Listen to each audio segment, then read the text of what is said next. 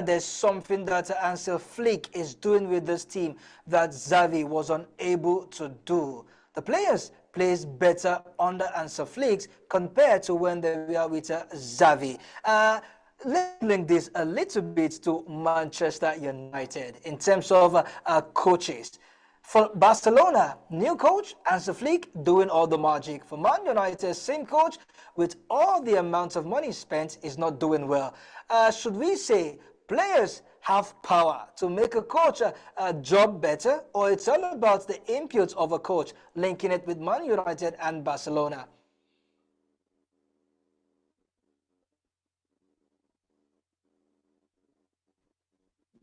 It all boils down to the coach and the style the influence the coach has over the team so far. And I think normally when a new coach comes to a particular team, there's always this motivation to do very well, to perform very well. So I think that's the issue. That's what's going on so far at Barcelona with Hansi Flick. The coach and the players are really blending so far. So I think that so far with Manchester United and with Ten Hag, I think the tactics and the philosophy is getting really boring and boring. And then you can see the players are becoming lazy and lazy. I think it's the best time for him to apply the discipline, the disciplinarian that he is, to this player. The last two matches, underperformed in the Europa League game and the last game against Tottenham. So it's really disappointing. So I think the coach has the part to blame and the players has a part to blame as well. So when the players are not performing well, you call them out, and ask them to put out their best performance. So I think he has a part to play in shaping the players' mentality and also shaping the team if he really wants to stay in the team. Yeah.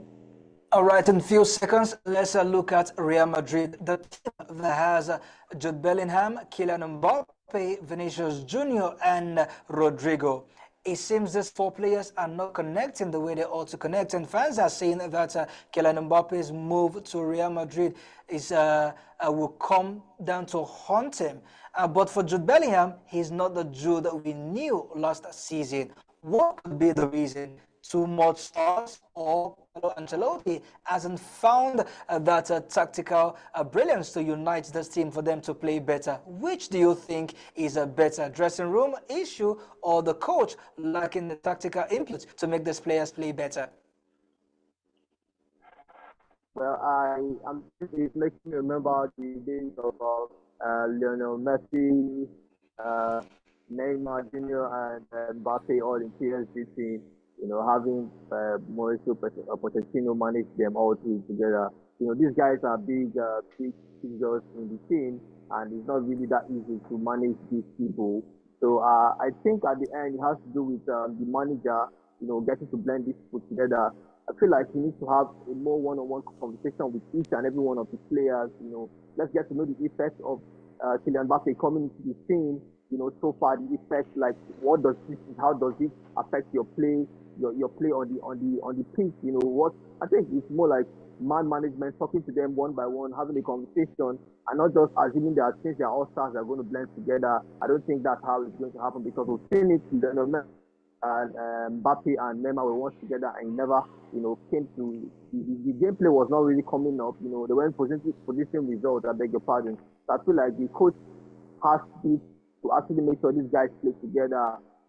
But as far as I'm concerned, I know Kylian Mbappe is going to be a big shot at Real Madrid. So it still boils down to the management to get these guys to play together. I think it's just because they are just big names and big guns in the same team. So everybody wants to be selfish. Everybody wants to shine. Everybody wants to come out to do the job. So he has to be the coach at the end. Yeah. All right, quickly, let's go to the German Bundesliga, where Bayern Munich, we are surprisingly held back by entering Frankfurt. 3 goals. It ended a piece for both teams. One man is showing that he's also the goal-to-source man. Talking about the star striker of entering Frankfurt, he was on the score sheet twice. He currently goal-scoring chart of goals three goals apiece rather. Hurricane couldn't help his team with the win, neither could Leroy Sané help his team also win. This is the German Bundesliga where we are looking forward to, where no team would just lie low for Bayern Munich to roll over. We are used to play with the score line.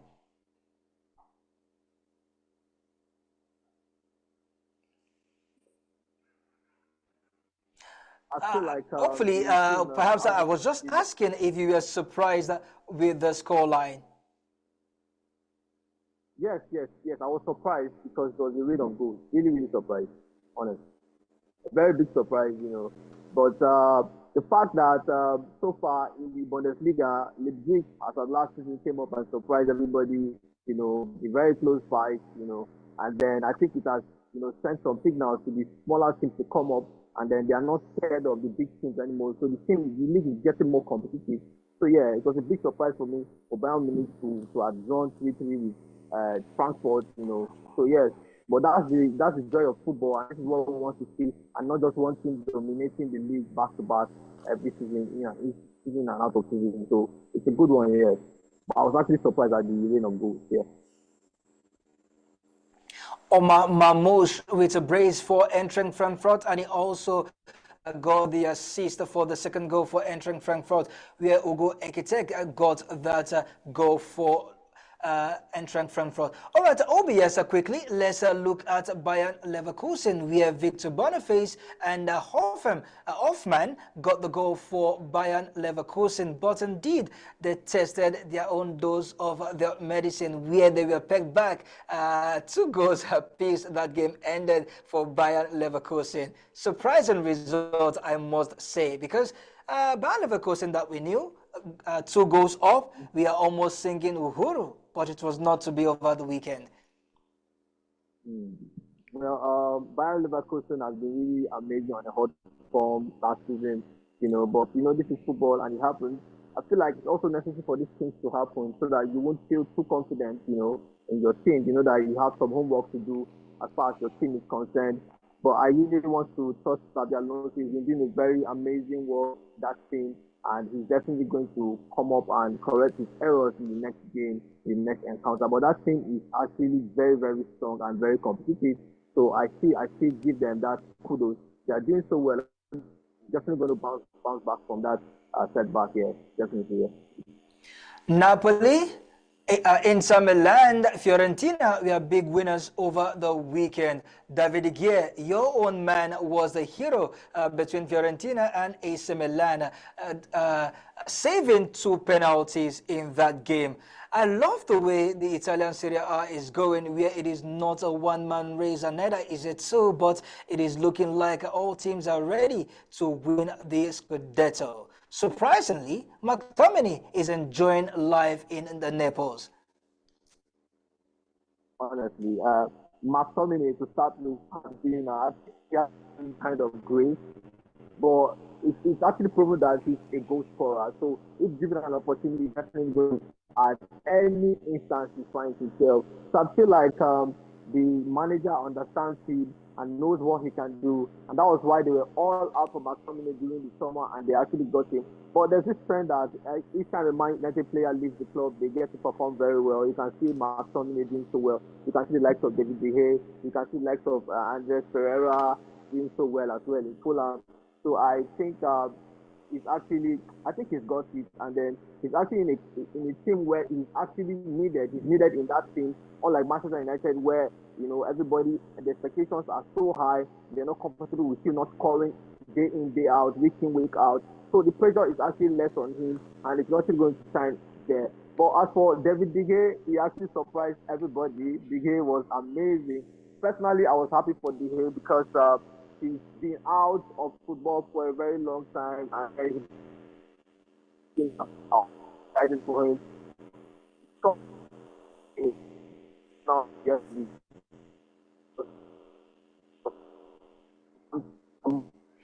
I wish the game did not leave. But so far, Onana has been doing really well so far lately. So I think we can actually forget the fact that De Gea was heroic in that match. But I give it to Dehe, I give it to Mark Finney, and they've been really amazing so far. And the Serie A so far has been very, very competitive. Everybody wants to come up and do better and do better. So that's the game of football. That's the joy. That's the expectations that we expect as far as football is concerned. So I'm not. I'm putting Napoli out there. Honestly, they're really a very good one. They're really going to fight for it this time around. So yeah, that's it. Yeah. In case you are just joining us, this is a signature sport on Signature Television, and I've been discussing extensively on all the games that went down over the weekend with a sports journalist, a sports fan, a sports entrepreneur, a sport content creator in the person of Ebodiong Obot, all the way from Akwa Ibom State. It's been a lovely deliberation so far, Mr. Obot. But finally, before I let you go, over the weekend, we were greeted with the news that Paul Labile Pogba will be back to action come the March of 2025 following his 4-year ban that has been reduced to 18 months. He will link up with Juventus, where he has currently been playing. Juventus have not terminated his contract just yet. So hopefully in March, we will get to see Paul Pogba back in action. How big is this news to football fans all over the world? Yes, it's a very big news because, of course, arguably, it's actually obvious that Pogba is still better than the whole of midfielder as far as football is concerned. In the Premier League, Pogba is still one of the best, even currently, still now. You know, and the fact that that news came is the thing for football. But this news so far has come up to really encourage everyone. And Pogba is really excited and he's really happy. You can see what he puts on social media lately. He can't really wait to get back in the world of football, you know. And I think that from the analysis and from the inquiry so far, we heard that he was actually taking some supplements and all. And then that was the point where the lawyer used, and then they had to agree that okay, it wasn't as bad as they think. Even though he failed the doping test, you know, there were some, you know, technicalities involved that made him come out, and then they said that it can't be 4 years anymore. It's not 18 months. It's a very good one for Paul Pogba. I can't wait to watch him perform. I can't wait to watch him do his heroic and his magic as far as he is concerned. He's actually an amazing footballer, so I can't really wait to see him back in action. But for me, I wish Paul Pogba will remain in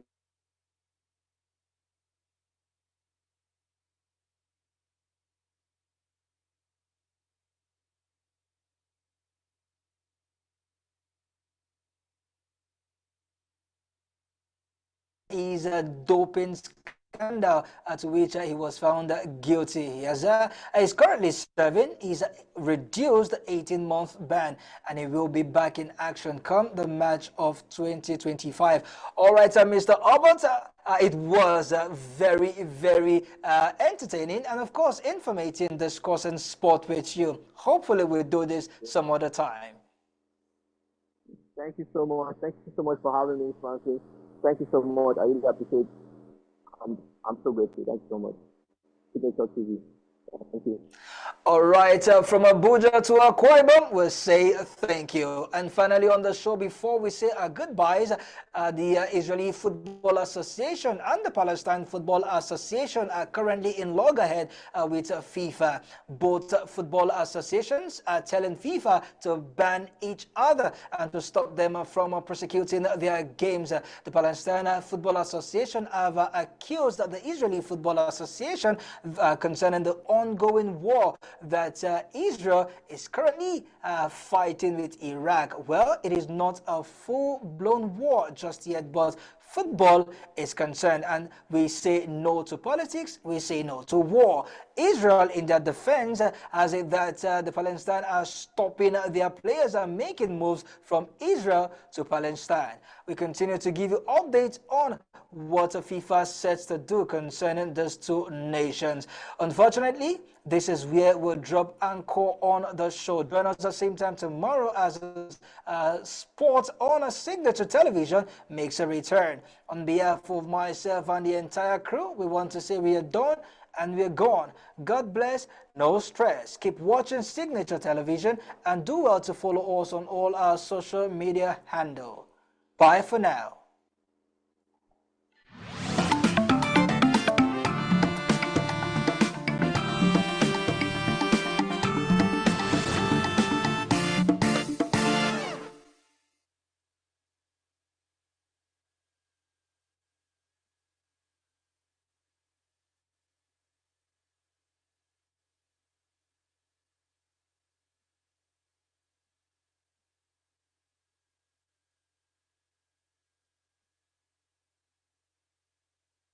It's a journey that started in 1960 when Nigeria gained independence.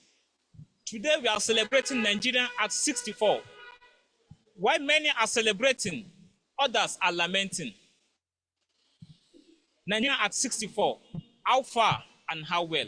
President Bola Ahmed Tinubu in his Independence Day brought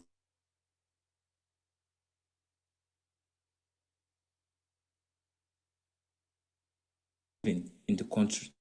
Tinubu said his administration was winning the fight against banditry and kidnapping, and that some 300 Boko Haram terrorists and bandit commanders were eliminated in the past 16 months of his administration. I am happy to announce to you, within 1 year, our government has eliminated many Boko Haram and bandit commanders faster than ever. As of the last count, over 300 Boko Haram and bandit commanders have been eliminated by our gallant troops in the northeast, northwest, and some other part of the country. The central concern of our people today is the high cost of living, especially food costs. This concern is shared by many around the globe as prices and the cost of living continue to rise worldwide. My fellow Nigerians, please be assured that we are implementing many measures to reduce the cost of living at home. We are playing our part by supplying fertilizer and main tractors and other farm equipment available.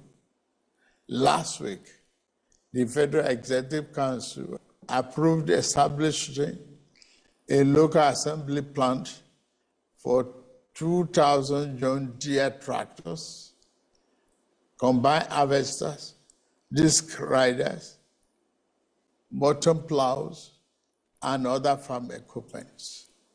The plant has a completion time of 6 months.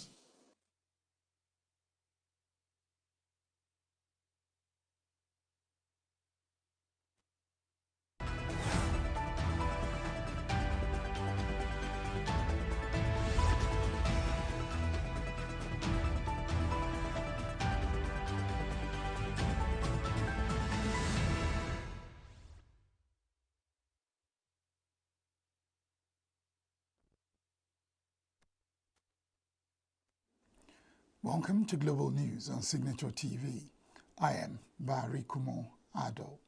In the headlines, as the world marks 1 year Hamas attack on Israel, Israel places its defense forces on high alert. Mexican mayor assassinated days after taking office.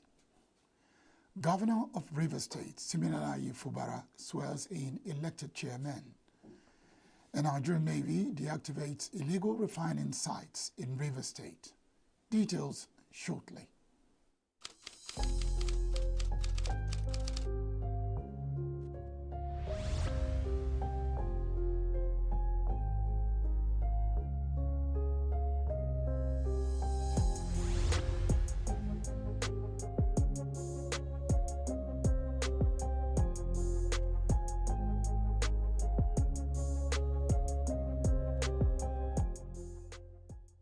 As the world marks 1 year anniversary of the October 7 attack on Israel, Israel has placed its forces on alert. The alert came with Israel engaged in an intensive war with Lebanese Hezbollah group, which Army Chief Lieutenant General Ezekiel Levy said would be hit without concession or respite. Ahead of Monday's anniversary, military spokesman Rear Admiral Daniel Hagari said at a televised briefing that Israel was prepared with increased forces in anticipation for the day when there would be attacks on the home front.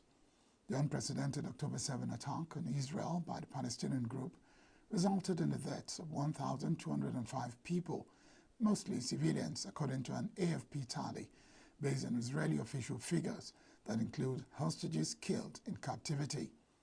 In the last 1 year, Israel, in retaliation, has killed more than 40,000 Palestinians and destroyed a lot of infrastructure in Gaza and the West Bank. Hundreds of protesters took the streets of Barcelona in Spain, demonstrating in support of Palestinians in Lebanon on Sunday, ahead of the anniversary of the October 7 attack by Hamas in Israel and launched its war in Gaza. Protesters waved Palestinian and Lebanese flags and chanted slogans supporting Palestinians in Lebanon and criticizing Israel for the civilian death toll in its campaign against Hamas in Gaza and the Iranian-backed Hezbollah group in Lebanon. The war was triggered after an attack by Palestinian militant group Hamas on southern Israel, in which some 1,200 people were killed and more than 250 taken hostage, according to Israeli figures. Palestinian authorities say Israel's subsequent assault on Gaza has killed nearly 42,000 people. According to the Lebanese Health Ministry in Lebanon, more than 2,000 people have been killed in nearly a year of fighting between Israel and Hezbollah, most of them in the past 2 weeks. The ministry said on Sunday 23 people had been killed on Saturday. Israelis across the country blared sirens and took a minute to stand in silence at 29 minutes past 6 in the morning on Monday to mark the beginning of a Hamas-led attack on Israeli border communities a year ago. In Jerusalem, families of hostages took to the streets near Prime Minister Benjamin Netanyahu's private residence, where they carried photos of their loved ones and sounded a siren at 29 minutes past 6 in the morning. At the site of a Nova Music Festival, where hundreds of partygoers and staff were killed by Palestinian militants and scores others taken hostage, Israeli President Isaac Herzog joined grieving families and friends, marking the day. Mourners listened to the last track that was played at a rave party before it was stopped abruptly, just as it did a year ago at sunrise, when Gaza militants started to launch rocket barrages at Israel and some its border communities. In Tel Aviv, people stood still while others blew the shofar, a ram's horn used in Jewish religious ceremonies, to mark the anniversary of the most deadly attack in the history of Israel. Vigils were held in the capitals of Argentina and Chile on Sunday for victims of the war in Gaza on the eve of the first anniversary of the conflict. Candles in the Plaza de Mayo of Buenos Aires spelled out "Free Palestine," and attendees held a minute's silence for those killed. In Santiago, members of the Palestinian community were addressed by former Palestinian Prime Minister Mohammed Shtayyeh, who called for more international action to end the conflict. Israel's subsequent military assault on Gaza has killed nearly 42,000 Palestinians, according to Gaza's health ministry.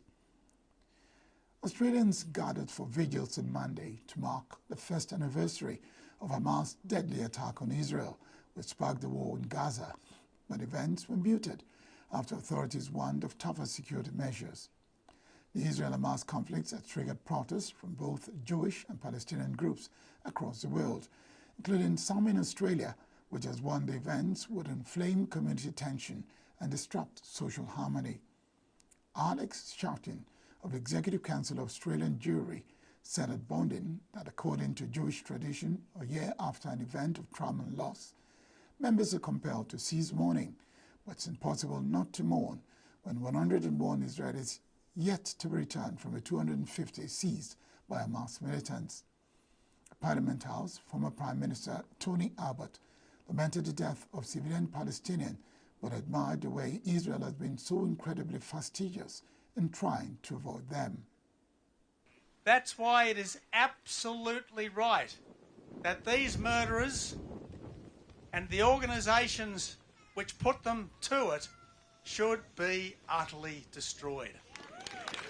And that's exactly what the Israeli government has been doing every day since then. And sure, we lament the civilian casualties, and we admire the way that Israel has been so incredibly fastidious in trying to avoid them, and we admire the extraordinarily clever and successful way in which the Israeli military and government have fought back. Of trauma and loss, we are compelled to cease our mourning. But it is impossible not to mourn when 101 Israelis remain in that hell, and when our community here locally reels from unprecedented scales of anti-Semitism. That's earlier on Signature Morning Show, a flagship program on Signature Television. The Israeli Embassy in Abuja, Nigeria, highlighted the flashpoints of the ongoing conflict in the Middle East. 1 year ago, October the 7th, everything changed. Everything changed in Israel. Thousands of Hamas terrorists came across the border from Gaza, and they came into Israel, and they came into our villages, and they came into our towns, and they came into our dance festival where young people were dancing for peace, and they murdered, and they raped, and they butchered, and they burnt alive, and they tortured men, women, babies, children, grandparents, and 1,200 of them were murdered and butchered in cold blood, and a further 250 were taken hostage and were taken back to Gaza and put and held in the Hamas terror tunnels inside Gaza. And this profoundly changed who we are and what we are, and the way we see our neighbors, and certainly some of our neighbors. We understood on that day that Hamas is a terror organization that needs to be destroyed. If there's any future for peace, if there's ever going to be a chance of peace between Israel and the Palestinians and other neighbors, then Hamas cannot be part of that. They cannot be there. They need to be destroyed. They need to be wiped out, because this is the most brutal form of terrorism that the world has possibly ever seen. Some of the things that were carried out on October the 7th have never been carried out before. Some of the brutality, the sheer depravity of these terrorists that came across the border. And so as we remember a year on, we need to remember that Hamas is still holding 101 hostages. Hamas needs to release those hostages immediately. And last night, Hamas released a statement saying they were proud of what they did on October the 7th. They were proud of what's happened since, and they consider it a great achievement and a great success. So Israel has acted within Gaza to destroy the Hamas terror infrastructure, to destroy the Hamas tunnel network. You know, what we discovered when we went into Gaza was, and we knew that Hamas had been taking international aid and had been taking money and abusing it. What we didn't realize was the extent to which they built a massive tunnel network underground, bigger than the London Underground, longer than the London Underground, longer than the Paris Metro, longer than the New York subway. They built this massive underground network for their fighters and their terrorists and to hold people in. They did nothing for the population. They did nothing for the Palestinians. And they built this network under schools, under hospitals, under mosques. And they used the mosques and the schools and the hospitals for terrorist centers and to store their rockets and to store their ammunition. And so we went in, we have been systematically destroying this system. We have been ensuring that they can't carry out their attacks. Only this morning, Hamas tried to launch further rockets. When we are holding memorial ceremonies to remember our dead and to remember the horrific attacks by Hamas, Hamas decided the way they wanted to remember this was by firing more rockets into civilian populations. Fortunately, our army spotted a large number of them and destroyed them before they were able to be fired. But 4 rockets were fired, 3 of them were shot down, and 1 of them landed harmlessly. But this is what Hamas wants to do. Hamas wants to continue. They've taken all the money that the world has given them, and instead of giving it to the Palestinians and building hospitals, they've used it to build terror systems that understands terrorism and understands what terrorism is and understands what extremism is, and understands that what Israel is fighting.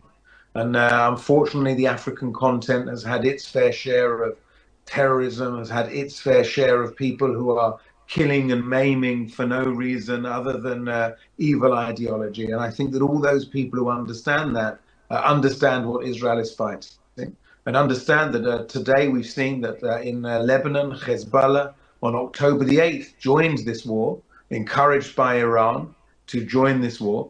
And they've for 11 months fired rockets, and Israel asked and pleaded for months and months and months, please stop the rocket fire. We have no dispute with Hezbollah. We have no dispute with Lebanon. There is no dispute between Israel and Lebanon over land or over territory. But Hezbollah, this terror organization sponsored by Iran, carried on firing rockets, carried on attacking us until we said enough, and we decided to fight back and to stop Hezbollah and to make Hezbollah implement United Nations Resolution 1701. You need to pressure Hamas to release the hostages immediately, 101, including a 1-year-old baby, including a 4-year-old child, including 80-year-old grandparents. You know, when we think about this, they've been held in captivity for a year. Every single one of those hostages has marked, I don't want to say celebrated, but marked their birthday in a terror dungeon, in a tunnel underneath the ground. Every single one of them has spent a year in hellish conditions, and the world and our friends need to demand immediately their release. And our friends need to also say to Iran, who are sponsoring them, Iran who are funding them, Iran who are giving money and training and weapons, not only to Hamas, but to Hezbollah and to the Houthis and to the terror groups in Syria and to the terror groups in Iraq, you need to stop. Iran are also working to destabilize West Africa. And so we need to say to them, stop, and our partners need to say stop, because if we want a better future, we need to stop these terror organizations. We need to get Hezbollah to implement 1701, and we need to release the hostages immediately. I can't understand and I can't feel the pain of those people who have loved ones being held in the worst conditions imaginable. Anything we can think of it is worse. These people we know are being starved, they are being tortured, they are being abused, they are being sexually abused, they may well be being raped. And so we can't understand the pain of the families. But I can assure you that Israel is doing everything it can to release those hostages, to bring them home. And it's Hamas ultimately who are holding them. Hamas are the ones who kidnap them, and Hamas are the ones who are refusing a ceasefire. They are refusing a ceasefire from across, from that the Americans have put on the table, that Israel has put on the table. Hamas have said clearly they're not interested in a ceasefire. They want a world war. They want a regional war. They don't want to have a ceasefire. So unfortunately, this is about Hamas, and this is about Hamas's unwillingness to have a ceasefire. And so the pressure needs to be on Hamas. The pressure needs to be on Iran. And I understand the desperation of the families and their need to protest, and I'm certainly not going to criticize them. But I assure you that Israel is doing everything it can in order to bring these people home. But ultimately, this is Hamas who are holding them. Ultimately, I'm not going to criticize anyone of any family. I'm not going to criticize anybody who's demonstrating. Israel is a democracy. It's a wonderful democracy where people can protest, where there's a free press, an independent judiciary, and people can say what they want to say. And Israeli and the families are pressuring because they feel that the government's not doing enough, because from their perspective, until their children and their loved ones and their parents and their grandparents come home, then the government's not doing enough. And I understand that sentiment. But ultimately, this is Hamas, and this is Hamas that are carrying out these atrocities. It's Hamas that are holding the hostages, and it's Hamas that are refusing to come to the table. Americans and President Biden has said as much, that this is Hamas who are refusing the ceasefire. This is Hamas that are refusing the deal. And so we need to keep putting pressure and keep putting pressure and hope that eventually that Hamas will release the hostages. 1 year ago. The mayor of the capital of Mexico's violence-plagued state of Guerrero, was killed on Sunday, less than a week after he took office, the state governors confirmed. Alejandro Arcos was killed just 6 days after he took office as mayor of the city of Chilpancingo, a city of around 280,000 people in southwestern Mexico. The official confirmation came after photos circulated on messaging app WhatsApp depicting a severed head on top of a pickup truck, appearing to be that of Arcos. Reuters could not independently verify the photo's authenticity. Guerrero State Attorney General's office said it was investigating his murder. Arcos' death comes just 3 days after the new city government secretary, Francisco Tapia, was shot to death. Indonesia's evacuation efforts from Lebanon continued on Monday with the arrival of a fifth batch of repatriated citizens as fighting between Israel and Hezbollah escalated. The operation, which began on August 10, has been underway to ensure the safety of Indonesians amid the escalating conflict in the region. 20 evacuees arrived in Jakarta via a commercial flight from Doha to Indonesia. Most of the repatriated citizens are students, migrant workers, and those in mixed marriages, according to authorities. Israel bombed targets in Lebanon and the Gaza Strip on Sunday, ahead of a one-year anniversary of October 7, attacks that sparked its war, as Israel's defense minister declared all options were open for retaliation against arch-enemy Iran. Up ahead, Green Party presidential candidate Jill Stein courts Arab and Muslim voters in Michigan. Florida braces for Hurricane Milton on the heels of Helene. Stay with us.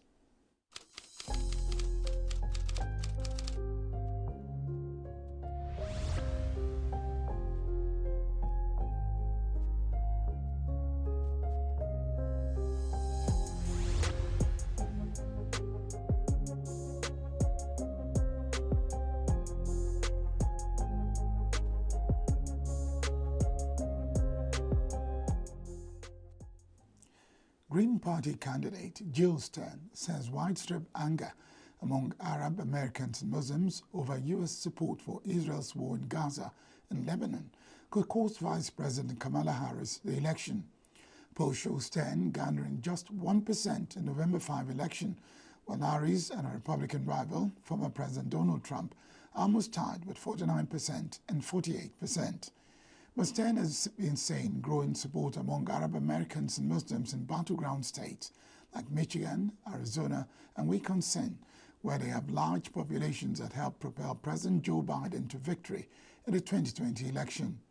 Stein, who has been campaigning on a permanent ceasefire in Gaza and an immediate U.S. arms embargo on Israel, won 40% of the Muslim vote in Michigan in an August poll by the Council on American Islamic Relations that also put her ahead of Harris and Trump among Muslims in Arizona and Wisconsin. Farah Khan, co-chair of the abandoned Harris campaign in Michigan, said she would vote for the third-party candidate. We're trying to punish Harris, she said. We may not be in a large number to put somebody in office, but we're definitely in numbers to take somebody out of the office. Stein said Harris was also losing support among some union workers, black men and Latinos, many of whom had drifted away from a traditional support for the Democratic Party.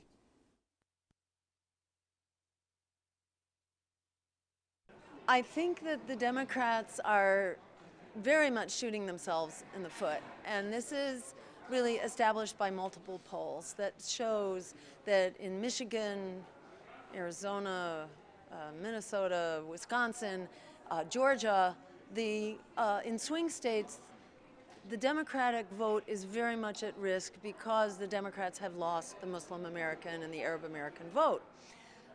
More so in some states than others, but they're definitely going to be losing, according to all polling so far, they're going to be losing enough swing states that they will not win, and they cannot win. They can fix this if they want by agreeing to an immediate ceasefire and actually enforcing that and creating that. They have the power to do that. They can certainly call for it, and they can initiate a weapons embargo right now, and they can win back the votes that they want. But unfortunately, the Democrats are showing that they prefer to lose the election in order to maintain the genocide. And that is not compatible with a victory in this election for them. Thousands in North Carolina were still without running water on Wednesday, nearly a week after Hurricane Helene tore through Florida and much of the U.S. Southeast, leaving a trail of devastation and claiming over 180 lives. U.S. troops were deployed to North Carolina and Georgia to assist with aid distribution and assess the damage caused by Hurricane Helene in the region. The storm's intense flooding ravaged the western region of the state, destroying pipelines, crippling water treatment facilities, and causing widespread power outages. One-fifth of the 1 million residents in the western half of North Carolina either had no water at all or low system pressure on Wednesday.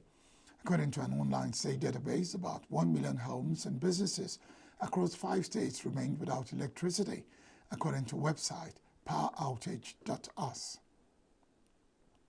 Florida prepared on Sunday for its largest evacuation since 2017 as Hurricane Milton intensified in the Gulf of Mexico on its path towards the U.S. state's western coast, coming on the heels of a devastating Hurricane Helene. Milton, which strengthened from a tropical storm to hurricane on Sunday, was projected to make landfall on Wednesday morning, most likely hitting near the heavily populated Tampa Bay area, the Miami-based U.S. National Hurricane Center said. The new hurricane has the potential to affect areas already hit hard by Helene, which made landfall further north on the coast on September 26. Milton was located about 805 miles west-southwest of Tampa as of 5 p.m. on Sunday, packing maximum sustained winds of 85 miles per hour, the National Hurricane Center said. Florida Governor Ron DeSantis warned of a potentially higher storm surge and more power outages from Milton compared to Helene, and said destruction from Helene could be compounded. Milton is now a hurricane. We said earlier this morning that it was possible that could happen today. Some said it might happen tomorrow, and it's already happened. And so it's strengthened, but there's just no way to say that, well, if you're in this part of the Gulf Coast, you're probably going to be fine. There's no way it's going to get here. No, there's actually a lot of range of possibilities when it comes to this storm. So just be mindful of that and let that uncertainty influence your preparations to know that you're not going to be able to be told with 100-degree certainty where this storm is going to go this far out in advance. These are obviously local decisions about evacuation, but you have a storm where the range of possibilities are basically the entire Florida peninsula on the Gulf Coast. The storm's going to be powerful enough that it potentially generate major storm surge. So I would anticipate anybody in like barrier islands or those low-lying areas are probably going to have an evacuation order. Now, this is a 24/7 moment for this debris removal. You have a storm and then have one less than 2 weeks later, 2 majors back to back. That is not something that is easy. That creates a lot of challenges. And so what we have to do is just do it round the clock until it's no longer safe to do it.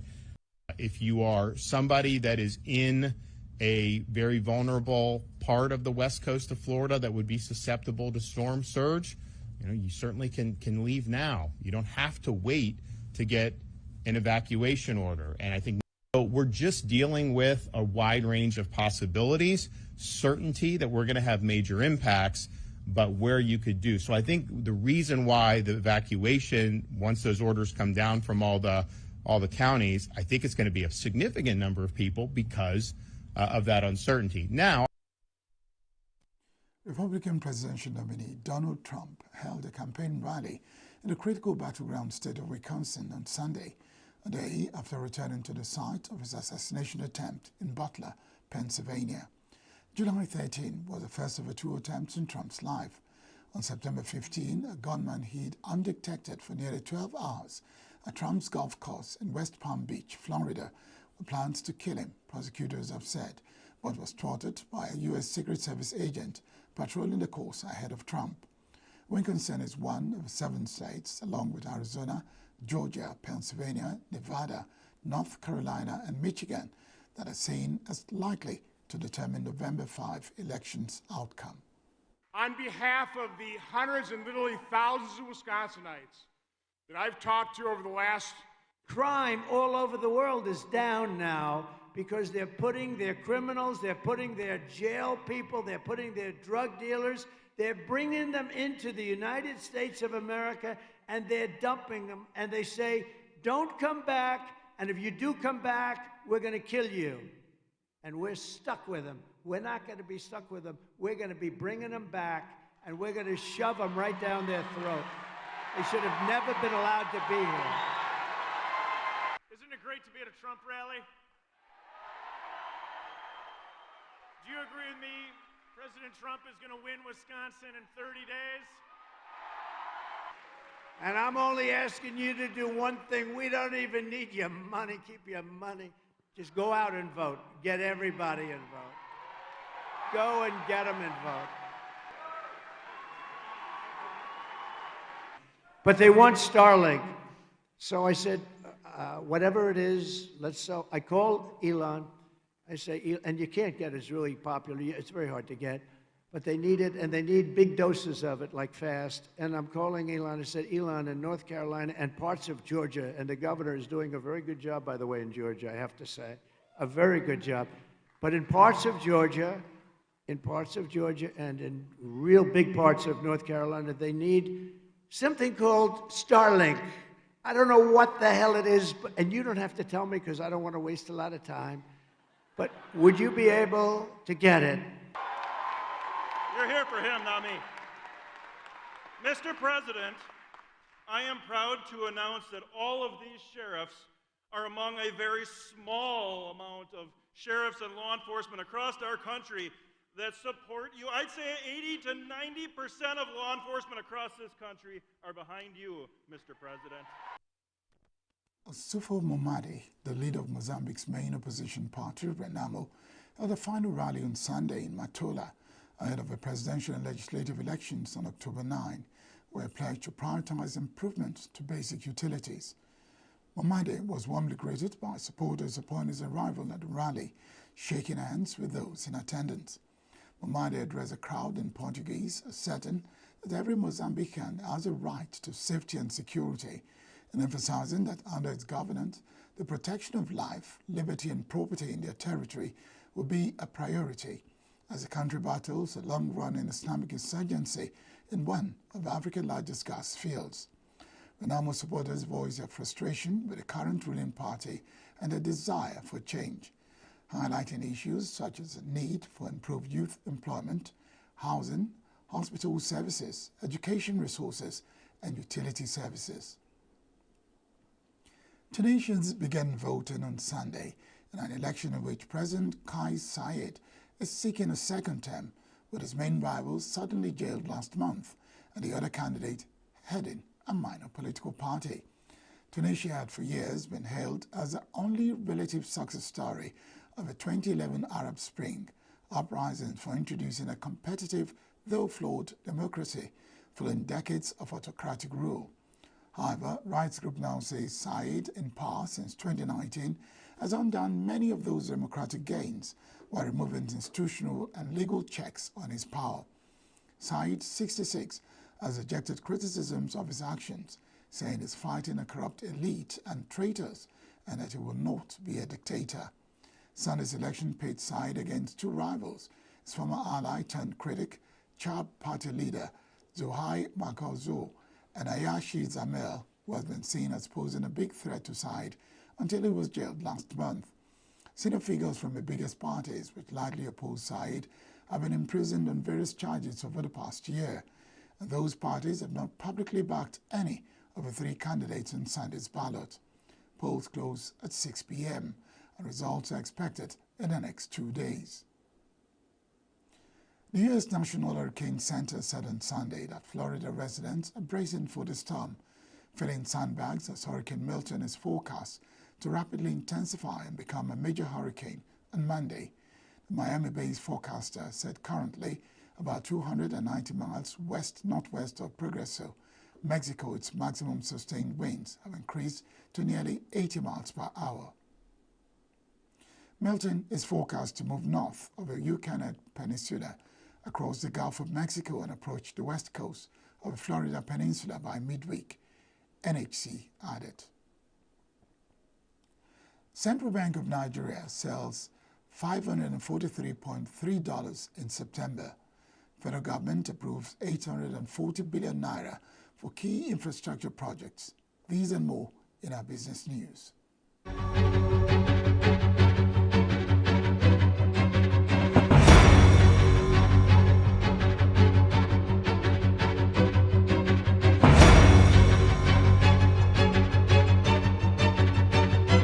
The Central Bank of Nigeria, CBN, has announced that it sold $543.5 million to authorized dealer banks between September 6th and 30th to reduce market volatility. The sales conducted through the Nigerian Foreign Exchange Market (NFEM) aimed to curb the high demand for imports.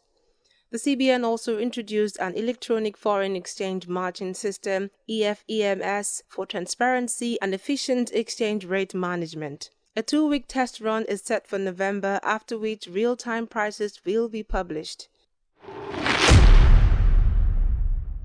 The federal government has approved over 840 billion naira for the rehabilitation of the 82-kilometer Section 2 of the Abuja-Kaduna-Zaria-Kano dual carriageway and the construction of the Bodo-Bonu Road with bridges across the Opobo Channel. Minister of Works Engineer David Umahi emphasized the importance of fast-tracking these projects, which are expected to be completed within 14 months. The main contractor, Julius Berger Nigeria PLC, has been tasked to mobilize and complete the work in 4 sections. Nigerian investors are encouraged to seize opportunities across Africa to expand their businesses. Speaking at the Botswana Business Breakfast in Lagos, Anthony Ilo, General Manager of Cavista Holdings, highlighted the need for collaboration between African nations. He emphasized that building synergies could create jobs and address market needs. Botswana's High Commissioner to Nigeria, Ms. Filda Nani Kering, also urged Nigerian investors to tap into opportunities in Botswana's technology, creative industries and trade sectors.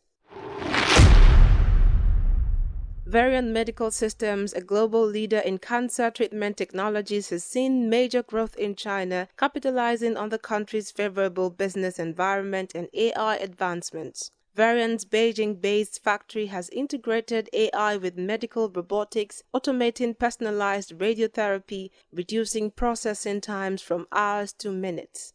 The company's expansion in China has enabled them to manufacture a full range of their products locally, serving markets in 90 countries. Greek auto industry experts warned that the EU's new tariffs of up to 45% on Chinese electric vehicles (EVs) may restrict consumer choice. Helene Zanaki, editor-in-chief of Greece's Fotroxy magazine, expressed concerns that increased EV costs could slow adoption, especially in countries without a domestic auto industry like Greece. Despite the tariffs, Greek dealers of China EVs remain optimistic, highlighting the technological advantages and strong market partnerships of Chinese manufacturers. At the close of the trading session on Friday last week on the Nigerian Stock Exchange, a total of 320.7 million shares were traded in 8,763 deals with a market value of approximately 6 billion naira. Compared to Thursday's session, this marked a 19% increase in trading volume, while turnover declined by 11%. The number of deals saw a slight improvement of 2%, and the NGX current market capitalization stands at 56 trillion naira. In total, 119 listed equities participated in the trading, with 33 stocks recording gains, while 21 suffered losses. Seplat Petroleum Development led the gainers with a 10% rise in share price, closing at 4,964 naira 70 kobo per share. Associated Bus Company followed closely, recording a 9.82% gain, with Livestock Feeds and Caverton Offshore Support Group posting gains of 9.7% and 9.62%. On the losing side, Eterna experienced a 10% decline, closing at 27 naira per share. PZ Cussons Nigeria at 9.49%, while Regency Alliance Insurance and AXA Mansard Insurance closed with declines of 8.89% and 7.08%. In terms of trading volume, United Bank for Africa led the pack, trading a total of 36.7 million shares. Sterling Bank followed with 23.6 million shares, while Ella Lakes and Lafarge WAPCO recorded volumes of 23.3 million and 16.7 million shares. Looking at the market indices, the benchmark NGX All-Share Index ASI rose by 456.12 points, representing a gain of 0.47% to close at 97,520.54 points. Despite the positive performance, the index recorded a one-week decline of 1.02%, while achieving a four-week gain of 1.02%. On a year-to-date basis, the NGX ASI has grown by 30.42%, reflecting strong market momentum throughout the year. And that's it on Signature Business News. I am Tom Sinime Natus.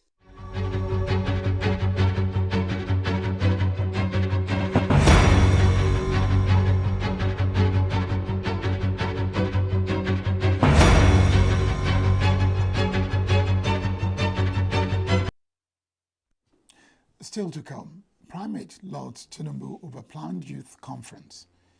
Netherlands top Group B in Women's America's Cup with 2 wins. Stay with us.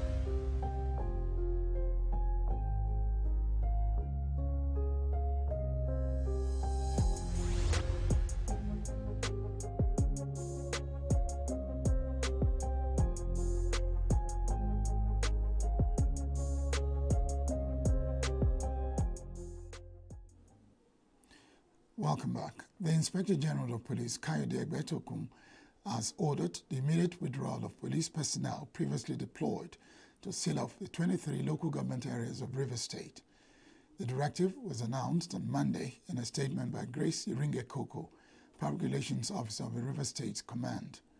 According to the statement, the order followed recent political developments in Rivers State. The statement emphasized that the decision is in line with the commitment of the Nigerian police force to ensure neutrality and the smooth functioning of democratic institutions. Further clarified that personnel would only be redeployed to those areas if there was a crisis or breakdown of law and order, at which point emergency measures will be swiftly implemented to restore normalcy. The River State Command assured the public of its continued commitment to maintaining peace and order across the state, while reiterating its professional conduct in carrying out its duties. Residents and stakeholders were urged to remain calm and law-abiding as the situation unfolds. Governor Siminalayi Fubara of Rivers State on Sunday presided over the swearing-in ceremony for the newly elected chairpersons of the 23 local government councils in the state. Inauguration was observed by Senator Bala Mohammed, the governor of Bauchi State and chairman of the People's Democratic Party Governors Forum. The River State local government election was held on Saturday across the state. Results from the State Independent Electoral Commission, RISIEC, said the Action People's Party won 22 out of the 23 local governments. The Chief Election Officer of RISIEC, Justice Adolphus Enebeli, disclosed this on Saturday in Port Harcourt, the state capital. When declaring the results, Enebeli said the announcement was suspended in the Che local government area because the results collation was ongoing.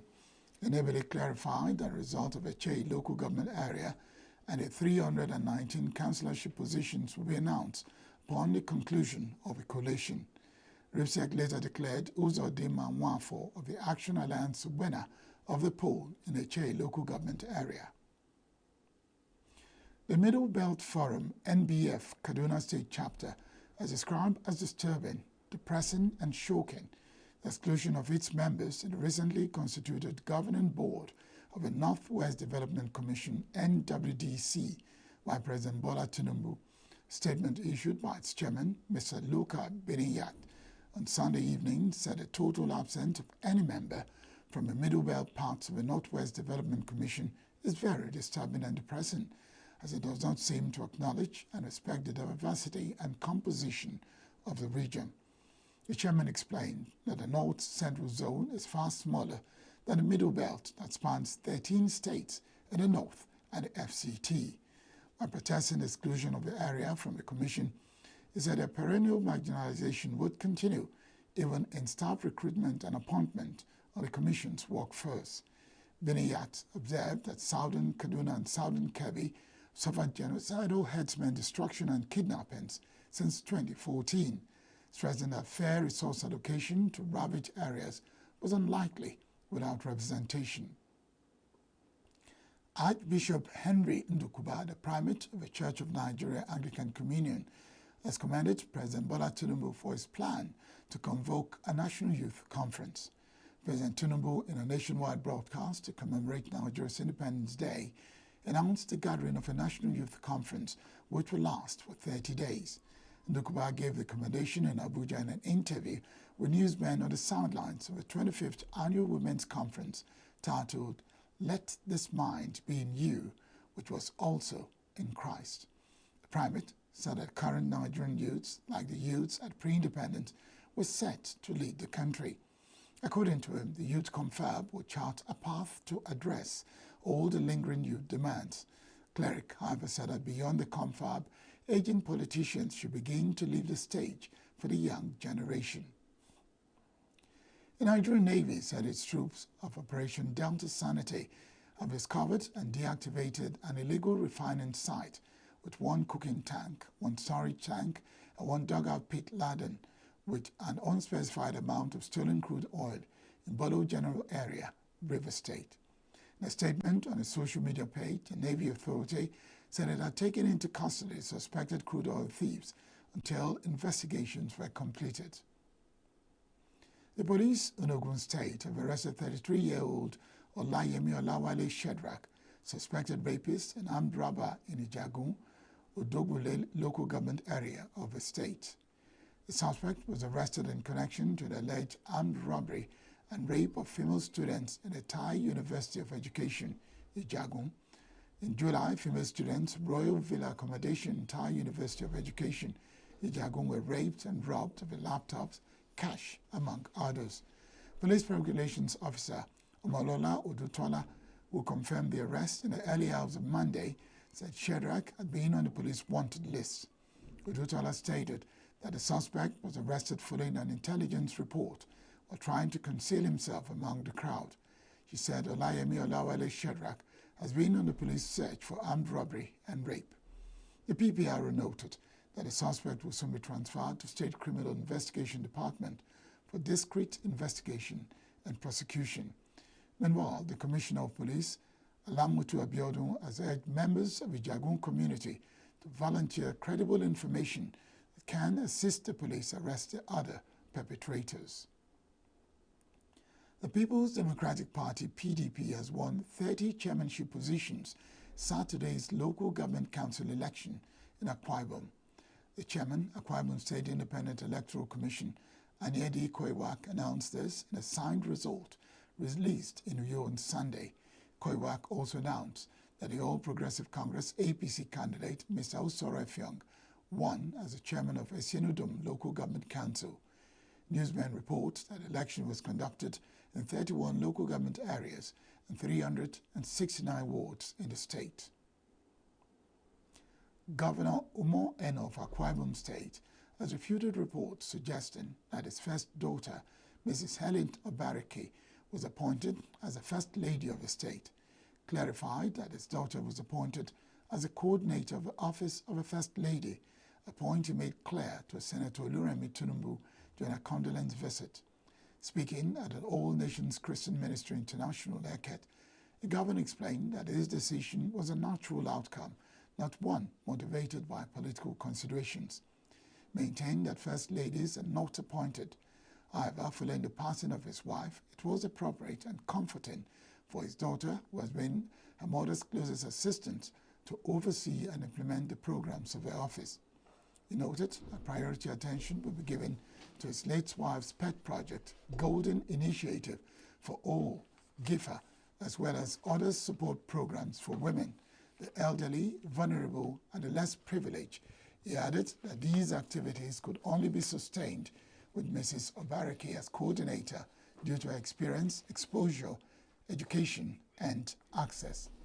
Governor Ena further explained that by the appointment, his daughter will be addressed as the Senior Special Assistant to the Governor and Coordinator, Office of a First Lady, stating that the decision was one way to bring healing to the family and comfort to himself.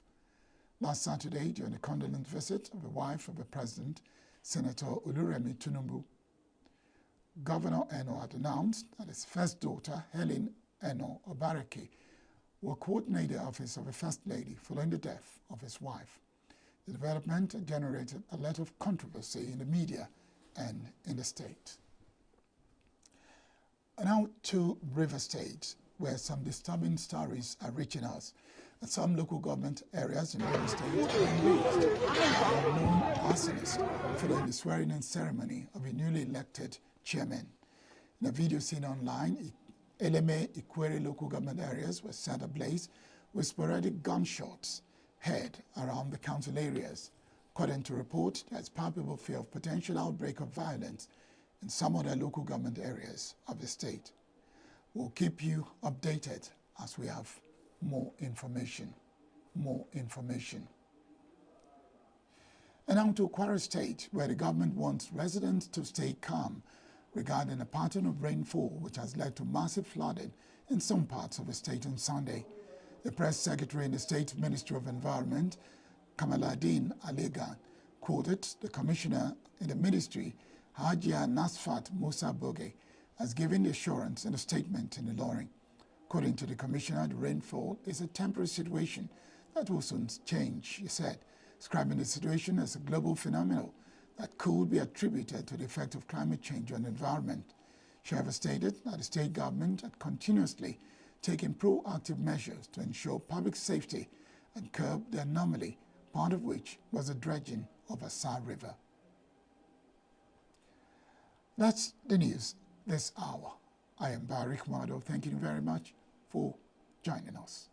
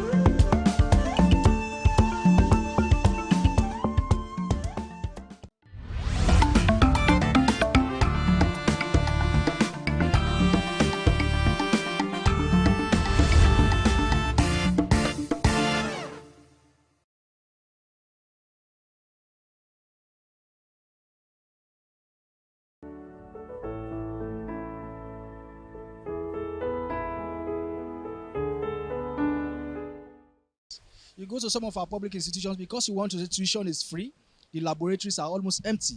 So when you pay money, just like an investor, when you pay, you ask for value. When you see buses in the nation's capital, buses are designed to take 50 passengers. Sometimes you have over 110, 120. That's because they are highly subsidized and free.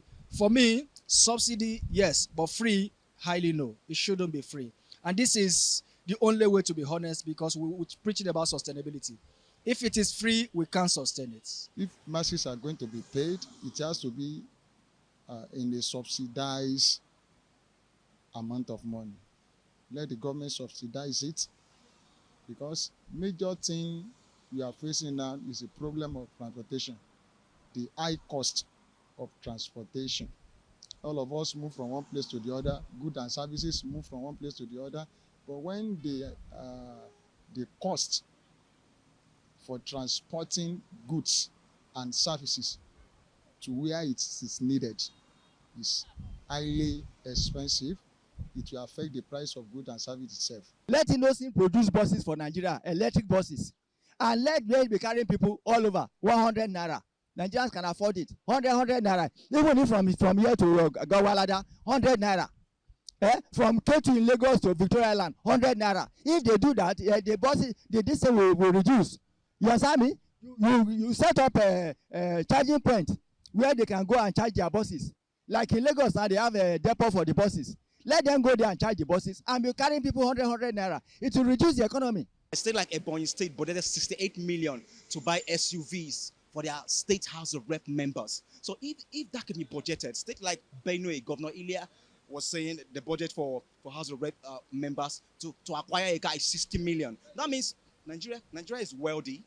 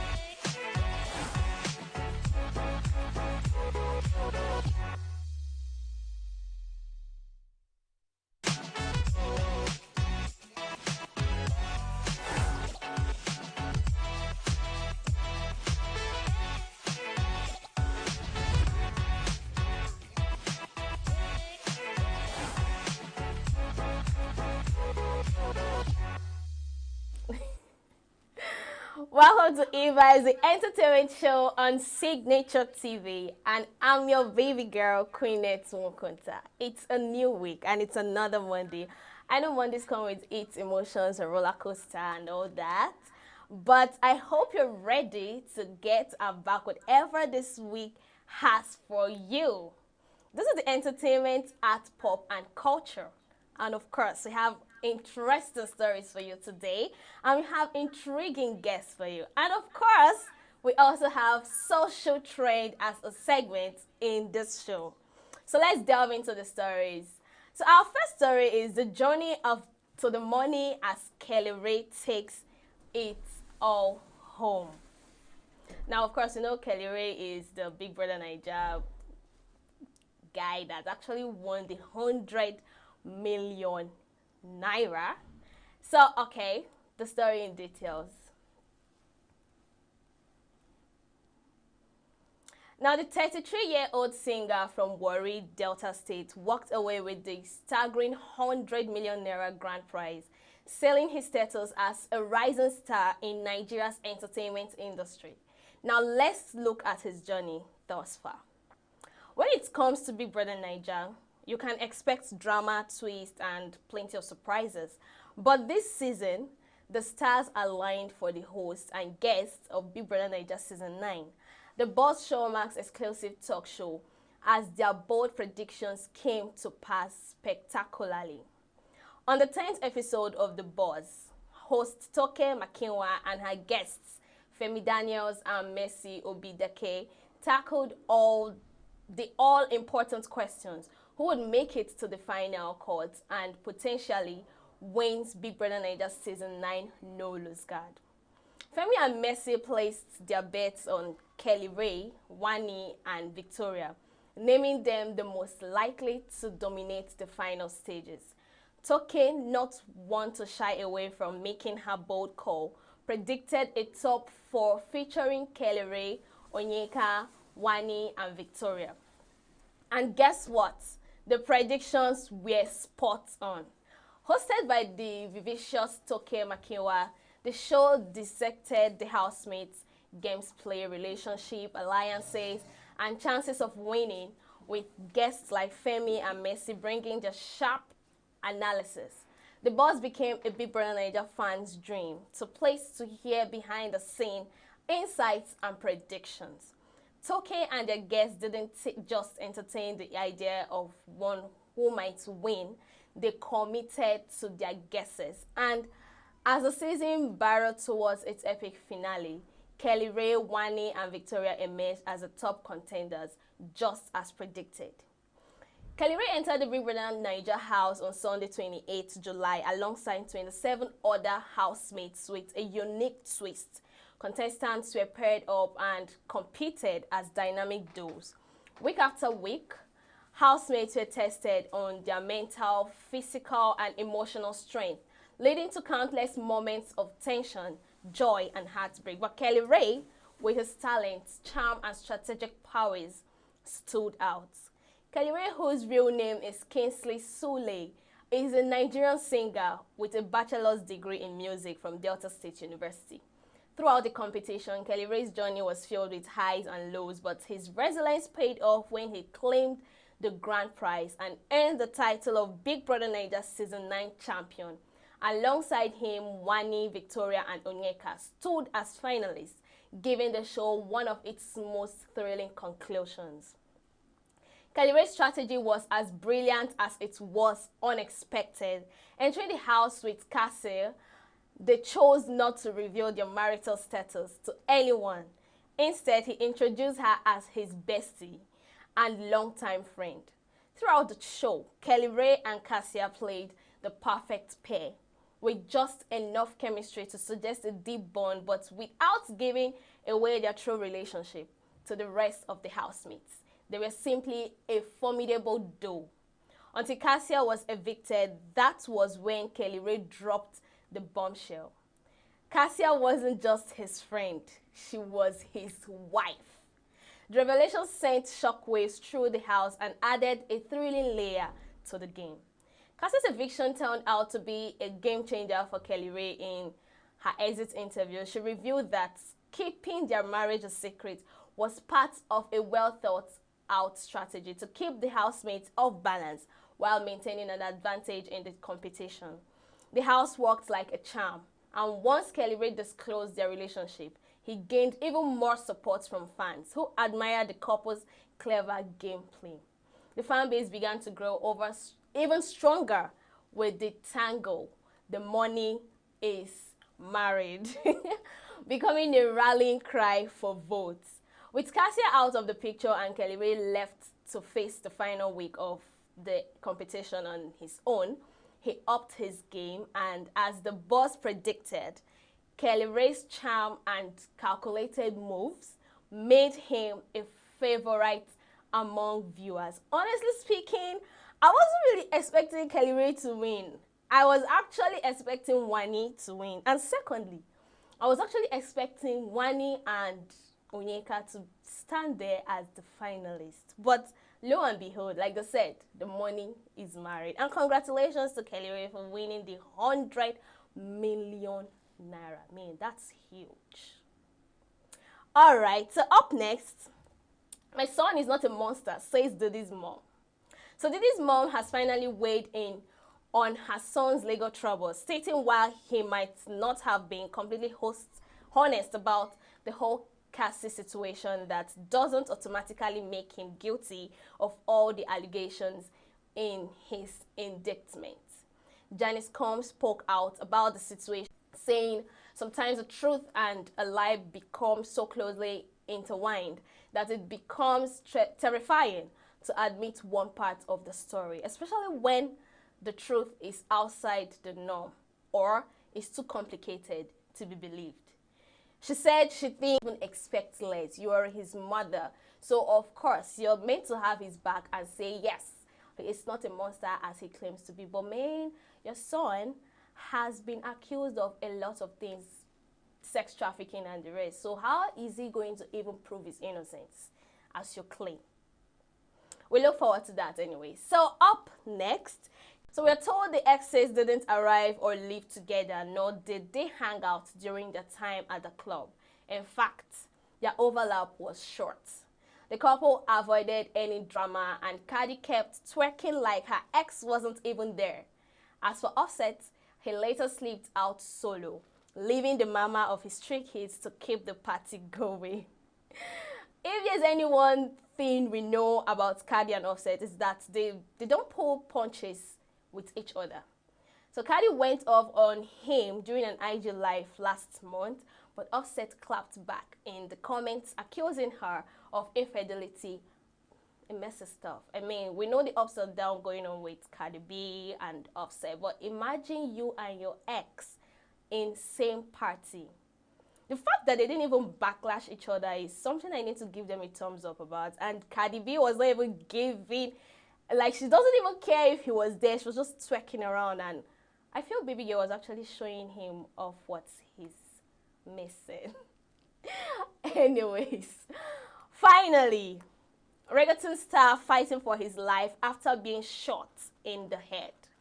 So Just L Tiger, a Carvajal, is clinging to life in a Miami hospital days after the reggaeton star was found shot in the head in the back of a Mercedes-Benz in the city of Alpata neighborhood. Miami Police Chief Manuel A.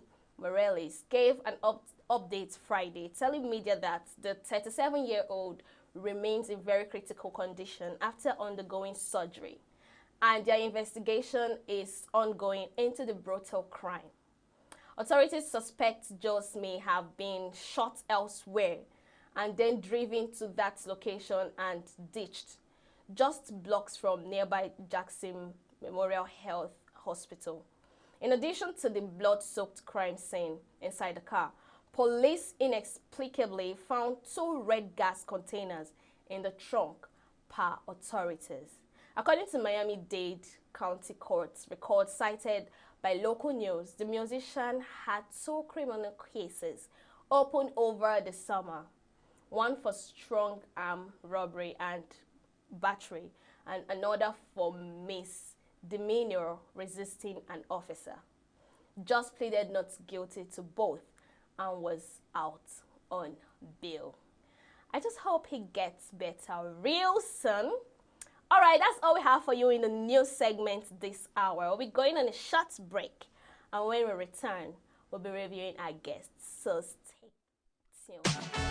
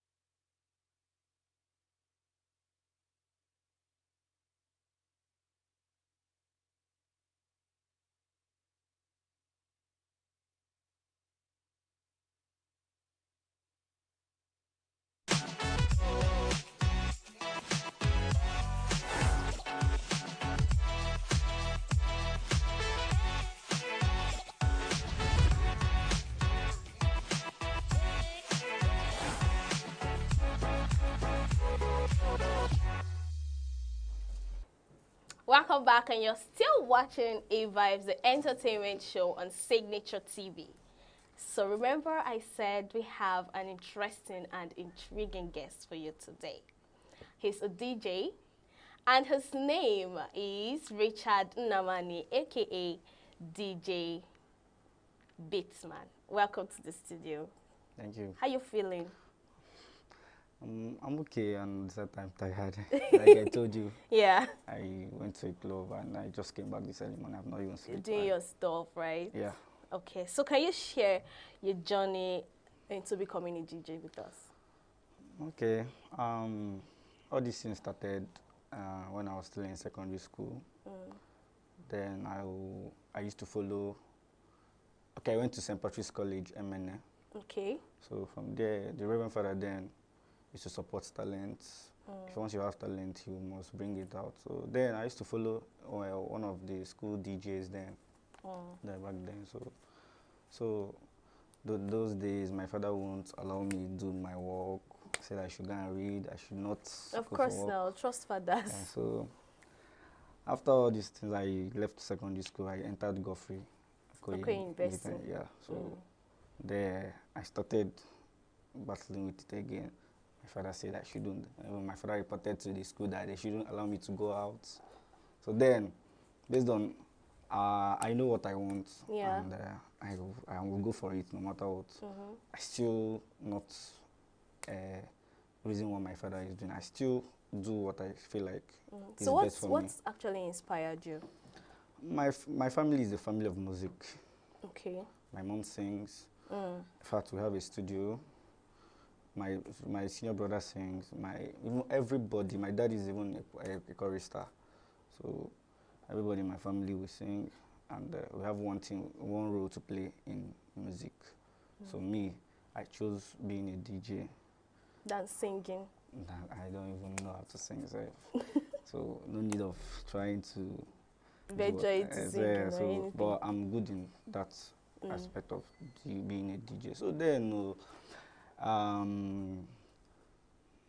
those days, my father, even up to this moment, he still not accepts. He's not happy with the fact that you're a DJ. But now that I am getting something from it and he's seeing it, he's now actually adapting to it and supporting me. So everything I have as a DJ now, I got it with my money, with my sweat and everything. I suffered a lot to get it. All right. So who were your biggest influence in the music industry, and how have they shaped your life since then?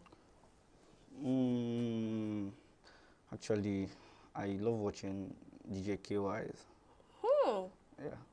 So since then I've been following his way, the way he does his own things and the rest.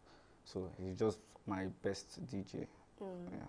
So he's one you've been looking up to. He's like a mentor to you when it comes to DJ. Yeah.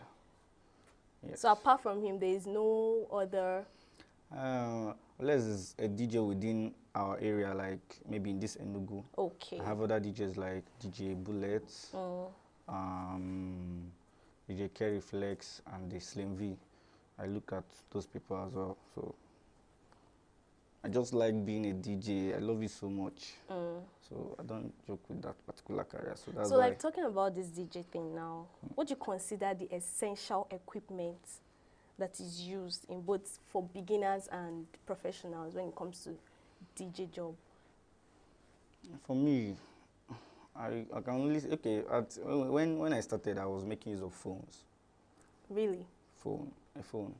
Okay. Then if I have events, maybe in my school, my secondary school have events, then my boss then will ask me to cover the event. Actually be, doing as if there's anything big there that I'm doing. Not knowing that I'm just, I just want to do that thing.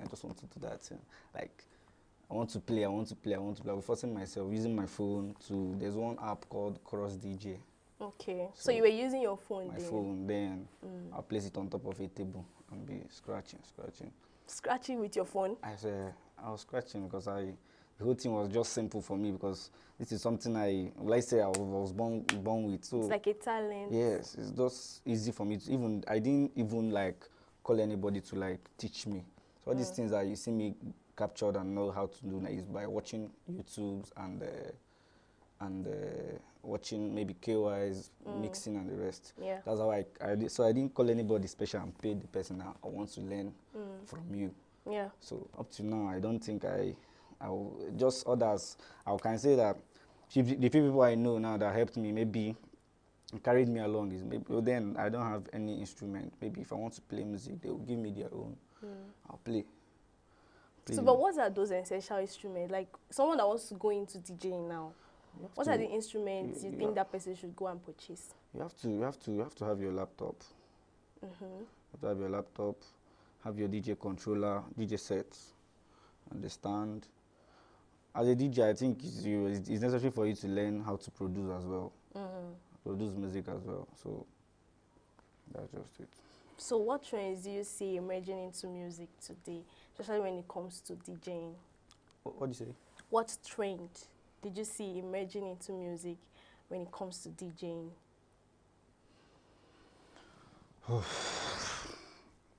Or DJs, they don't have trends they used to follow.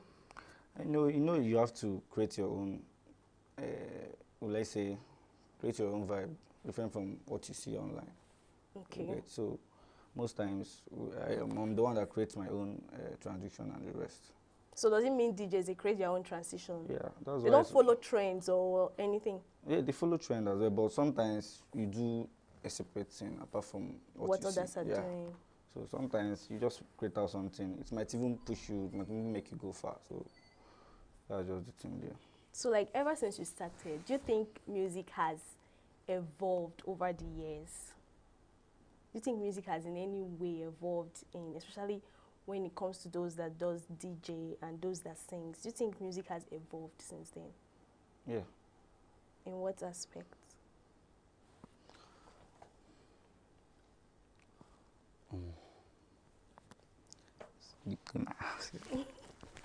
I know you're tired. I say I'm very, very tired. So in what aspect do you think that music has actually evolved since, ever since music started? In what aspect do you think music has evolved, especially for DJs?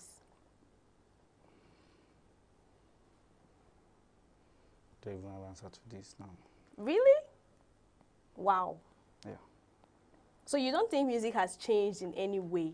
It has been the same since then? Why I said so is that, this music entertainment, it's all about, sometimes now, before someone can help you to reach your height that you want to reach, a person must request something from you. Something like? Money? So, no money. All this, our music entertainment, I don't trust any of them now. That's why I'm always on my own. You see somebody, before the person must help you, you must collect one thing from you, maybe your body, your fellow man. Yeah? You want a DJ. So, the whole story is just long, and I don't think I can depend on anybody as far as this entertainment is concerned. So I just do my own thing myself. So what challenges have you faced ever since you started DJing? So many things. There was a day I'm supposed to there's a job I'm supposed to deliver in the morning. My laptop crashed in the morning. So I was like, should I faint or what should I even tell this girl now that I'm supposed to? Was it for your birthday party or your wedding? Someone's wedding. Jesus Christ. So my laptop crashed, and I don't know what to do. I had to start making calls, and you'll be looking at everything as if it's devil. Like, what is happening? And even if you are making calls to get a laptop, they will be giving you excuses. I don't know what to do. So I had to make calls, or I had to call another person to go and get me his own laptop, so I can. So was your laptop that got crashed? Your mix was ready for the event, right? Everything. I've arranged my playlist, and I was just waiting to cause trouble there. No man. Me, I'm a crowd controller. So I was just waiting to cause trouble before all these things set up. I was like, what's this? How am I going to do this? I think early, when was that? So did you start mixing? Did you start afresh with the person's laptop? I had to call somebody else immediately. To do the DJ stuff? No, I cannot, because I don't know how the client will feel. The girl so will what feel. did you do finally? I had to call somebody. I got a laptop immediately. I had to buy a new laptop. Just imagine how I have to where I don't even know how old them. I just had to text one or two persons because already I was out of cash. I had to text one man like that. He had to send me, I think it's 250,000. I'll be A new laptop. I have to buy that money. That money with the remaining balance of I'm supposed to collect, because already I bought one of my equipment then, so I was not with money. So after calling the man and said to me, I have to buy a laptop. That money, I started transferring files. Luckily for me, my files have not disappeared from the other laptop. I had to transfer my file immediately. The only thing that is that I came late for that event, to the extent that the girl was not happy with me. But I had to just still use the vibe I normally give out to people to make her happy, and last she was still happy. So many So apart things. from that, what other challenge have you faced? No. You might be on a show and maybe your amp will get spoiled, and you start running around. What will you do? What will you do? Many things. And at this point, there will be a time that you'll be begging for work. Like, you'll be praying that God should get. There was a time at 3 months I have not have any gig. Yeah, I was like, what was happening? My mom said I should pray. My friend said I should go and meet a native doctor to help me do whatever. But me, I don't believe in native doctor. I don't believe in such. So that's why I still have to keep on praying. My sister always tell me to pray. I pray.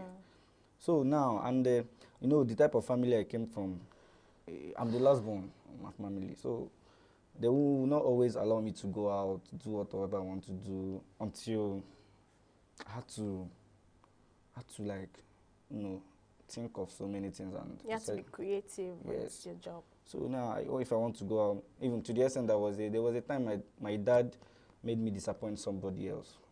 He was the one that refunded the money back, because I told him that I won't refund the money. Since you said I shouldn't go for the work, I'll stay. But you're already spoiling my name as a DJ, because they will now see me as someone that used to disappoint. So I thought this was later. My father now understood. I think my sisters talked to my dad and my mom. They now finally agreed to be allowing me to go for my works and deliver the way I'm supposed to deliver, give me free hands. To the extent I had to I just left my house and stay alone now, because I just have to, you know. My dad just loved me so much that to the extent that he said I shouldn't work, that he'll be giving me monthly allowance. I was like, at this my age, what am I doing at home? Why will you be paying me to sit at home? So what's your favorite genre of music? Whenever I see people vibing to my song, my mix, I think I'm always happy to But how do you get the crowd energized? You have to watch the people there.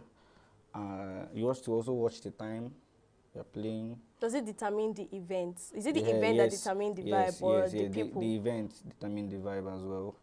Then you also watch the time that you're playing that particular music. Know if it's worth it. Then also watch you might just, for instance now. So each music has time they play it in the morning, afternoon, and night. No, just for instance now, in a wedding, it's a time where they ask the couple to kiss themselves. Oh, okay. You are not meant to start playing amapiano. Yeah. You have to like find all this Celine Dion. Love music, at least to work with the condition of the situation of the crowd there. So that's just the thing there. So this is what I have. Even the day you saw me at the car fest, the way I played made them come and asked for my number and said that I must come for So how do you stay creative to avoid burnout?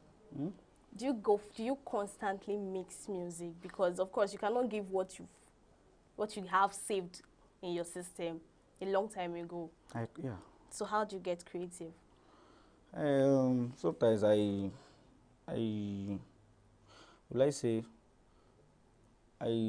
bring out my time to go to studios. Okay. And mix something and upload. So in fact, I just like mixing, but I'm not even a fan that. Do you like hip hop or Afro? No, I can bust your brain with amapiano. So your favorite is amapiano then? I will finish you I'll just make you to like. You don't mix Christian music? I do. Like I told you, depending on the event. If there's an event I went to, it was a church concert. Though I was not happy, not like I was not happy. I was not happy playing the Christian music. Why? But it's due to that some of the songs are not that like it doesn't have that vibe of that same vibe that my piano has. Oh, okay. So, but you still be playing it. But still, people that likes it. Even that day, I had to make just on stage. I had to make close to 150,000 on stage. Just people dashing me money. And spraying money too. Spraying me money and the rest. So. Okay. So what do you want to remember in the music world ever since you started? What do I want to remember? What do you want to be remembered with, rather? You know me now. I have an academy where I teach. But since then, all the people where you teach people how to okay, DJ. Okay. So since then, none of them will say that I've collected money from them to teach them. So everything, even if I take them to work, I'll still be able to buy food for them, give them everything they need, if necessary. So you remember as that generous teacher that did not collect money from us? Yeah, I did not. I don't even see it as something. I feel like if you help somebody today, person might help you tomorrow. So I will teach you to the extent that you will still be telling me that you don't. I'll still be teaching you. I won't even say, do you pay me? So me, I don't collect money from anybody to teach. If you want to learn and you are willing to learn, fine, I'll teach you. I'll teach you the way I'm supposed to teach you. So. All right. Thanks for coming, DJ Beatsman, and I hope to have you some other time. Thank you. I'll be coming. All right. So we'll be going on a short break, and when we return, our next segment is the social media trend, and of course, I'm not going to be doing it alone. So stay tuned.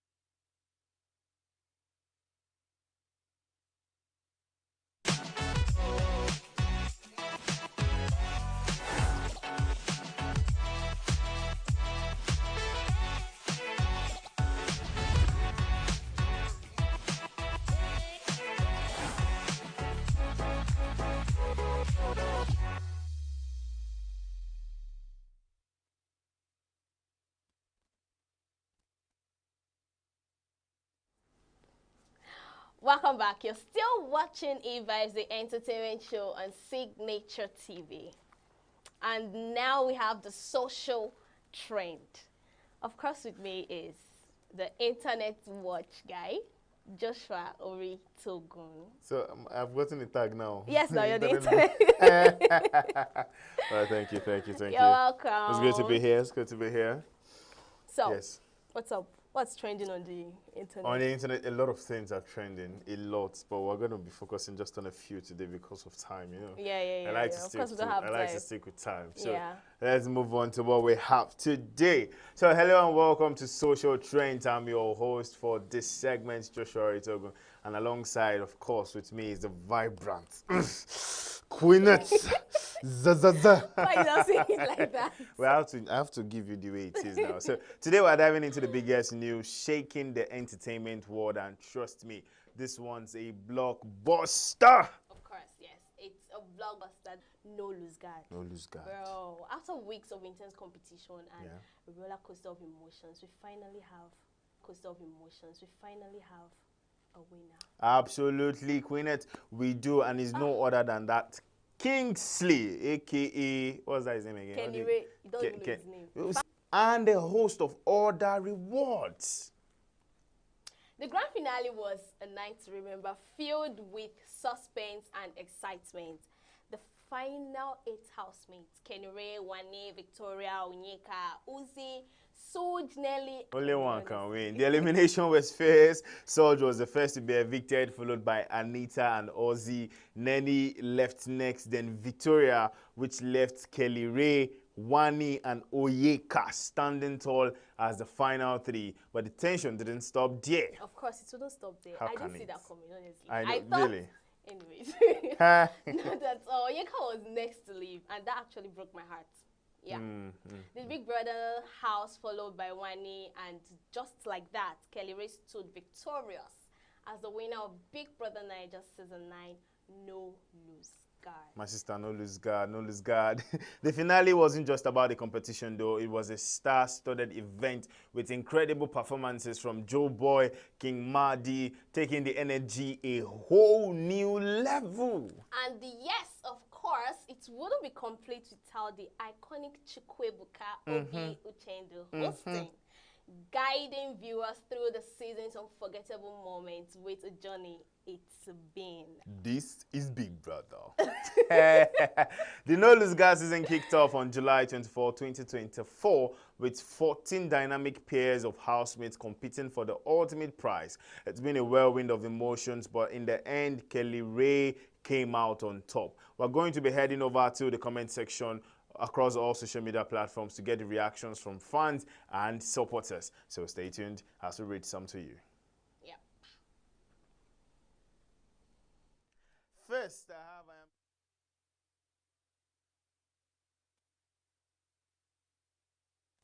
have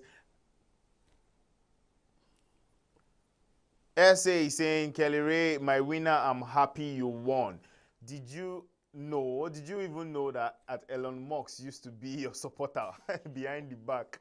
Every day he made sure to update that you are the winner of BB Naija. We are happy because you are indeed the winner and that the money is officially married. You know, I still don't understand this, the money is officially married. Because he's a married man. And so what does it mean that the money is officially married? They were not expect, like me, I wasn't expecting Kelly Ray to actually win. Who were you expecting? Who are Wani? you waiting for? Wani? Who's Wani? Sorry again. Just like I said, I don't watch these things. If it's football. Men, we sit down for football. You know what I'm just saying? But yes, the money is actually married. Again, Nomzi saying it. The money remains married. As expected, because his wife left, and he was the only one left in the house. And of course, yes, he hid it from every other member of the house. But why? That's the strategy they came in with. So we're married, but we'll go there and say we're best friends. Ha! Besides, married couples are usually best friends. The way Igbo people will say it, nah. Moving over to the next comment, we have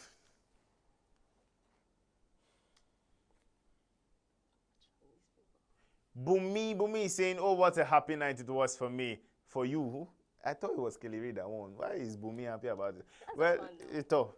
What a happy night it was for me. Congratulations, my married babies at I am Kelly Ray 1 at Cassie KX. The win was well deserved. You will go places and you will shine and not dim. Go ahead and take over the world's talent. This one has turned into Reviver. It's Big Brother they took over. I know, right? This one is now Reviver. Mommy Zaza is saying we did it. The money was married from the beginning. Congratulations. I don't know who actually brought this quote to me. I think I'm going to go to BB Niger too and do, Do what? like, are you whining me? What do you want to do there? I want to go now. And I contest. what strategy are you coming up with? I won't tell you, but White Money came with cooking. This you one want to be came with internet marriage. watch? No, come off it. Come on. They can't use your phone inside there now.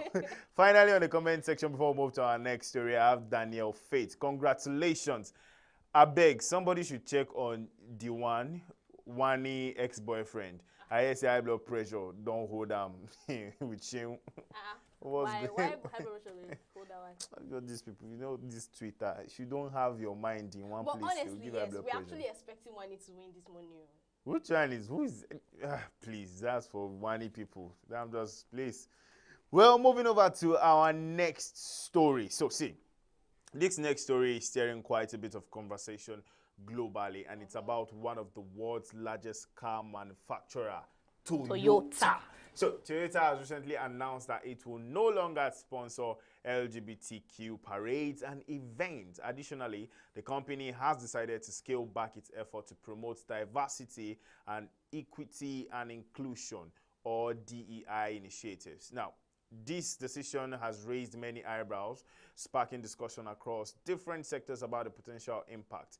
Toyota has long been known for its support of diverse communities and its effort to foster an inclusive environment. Well, however, this move signals a significant shift in the company's approach. For some, this may feel like a step backward in terms of corporate responsibility and social advocacy. On the other hand, there are those who believe corporations should focus on their core businesses without engaging heavily in social or political matters. Oof. Very serious matter. I actually wonder what would make Toyota to leave. Well, a lot of reasons. Okay, it's a complex issue and reactions have been divided. Some argue that inclusivity remains vital in today's world, while others are questioning the role of big corporations in such movements. What's clear is that this decision from Toyota will undoubtedly shape the future conversation around corporate involvement in social causes. I know, right? This is a big one. Honestly First of all, speaking, Toyota is saying we're not doing this anymore. We're not going to sponsor. We're not going to join. We have removed our hand. We have washed it. As Jesus told his disciples, carry your shoe, dust it, and be going. That's what Toyota decided to do. So I'm going to go over to the comment section, of course, again, to get reactions from people. Let's go, let's go, let's go.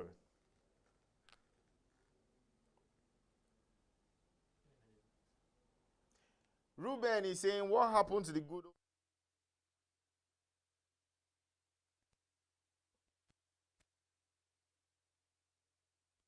equity and inclusion no longer mean diversity, equity, and inclusion anymore? Toyota got that right. I mean, a lot of people are supporting Toyota with this decision that they have made. Are you? Yes, no. Don't let me say the phrase I like to say about this thing. Toyota realized it is bad business to be aligned with LGBTQ at parades and events. Thank you, Toyota. Wow. Does it mean everyone was actually expecting that? Well, some people were for and there will always be for and against. That one is always there. That's right anyway. So up next in the comment section.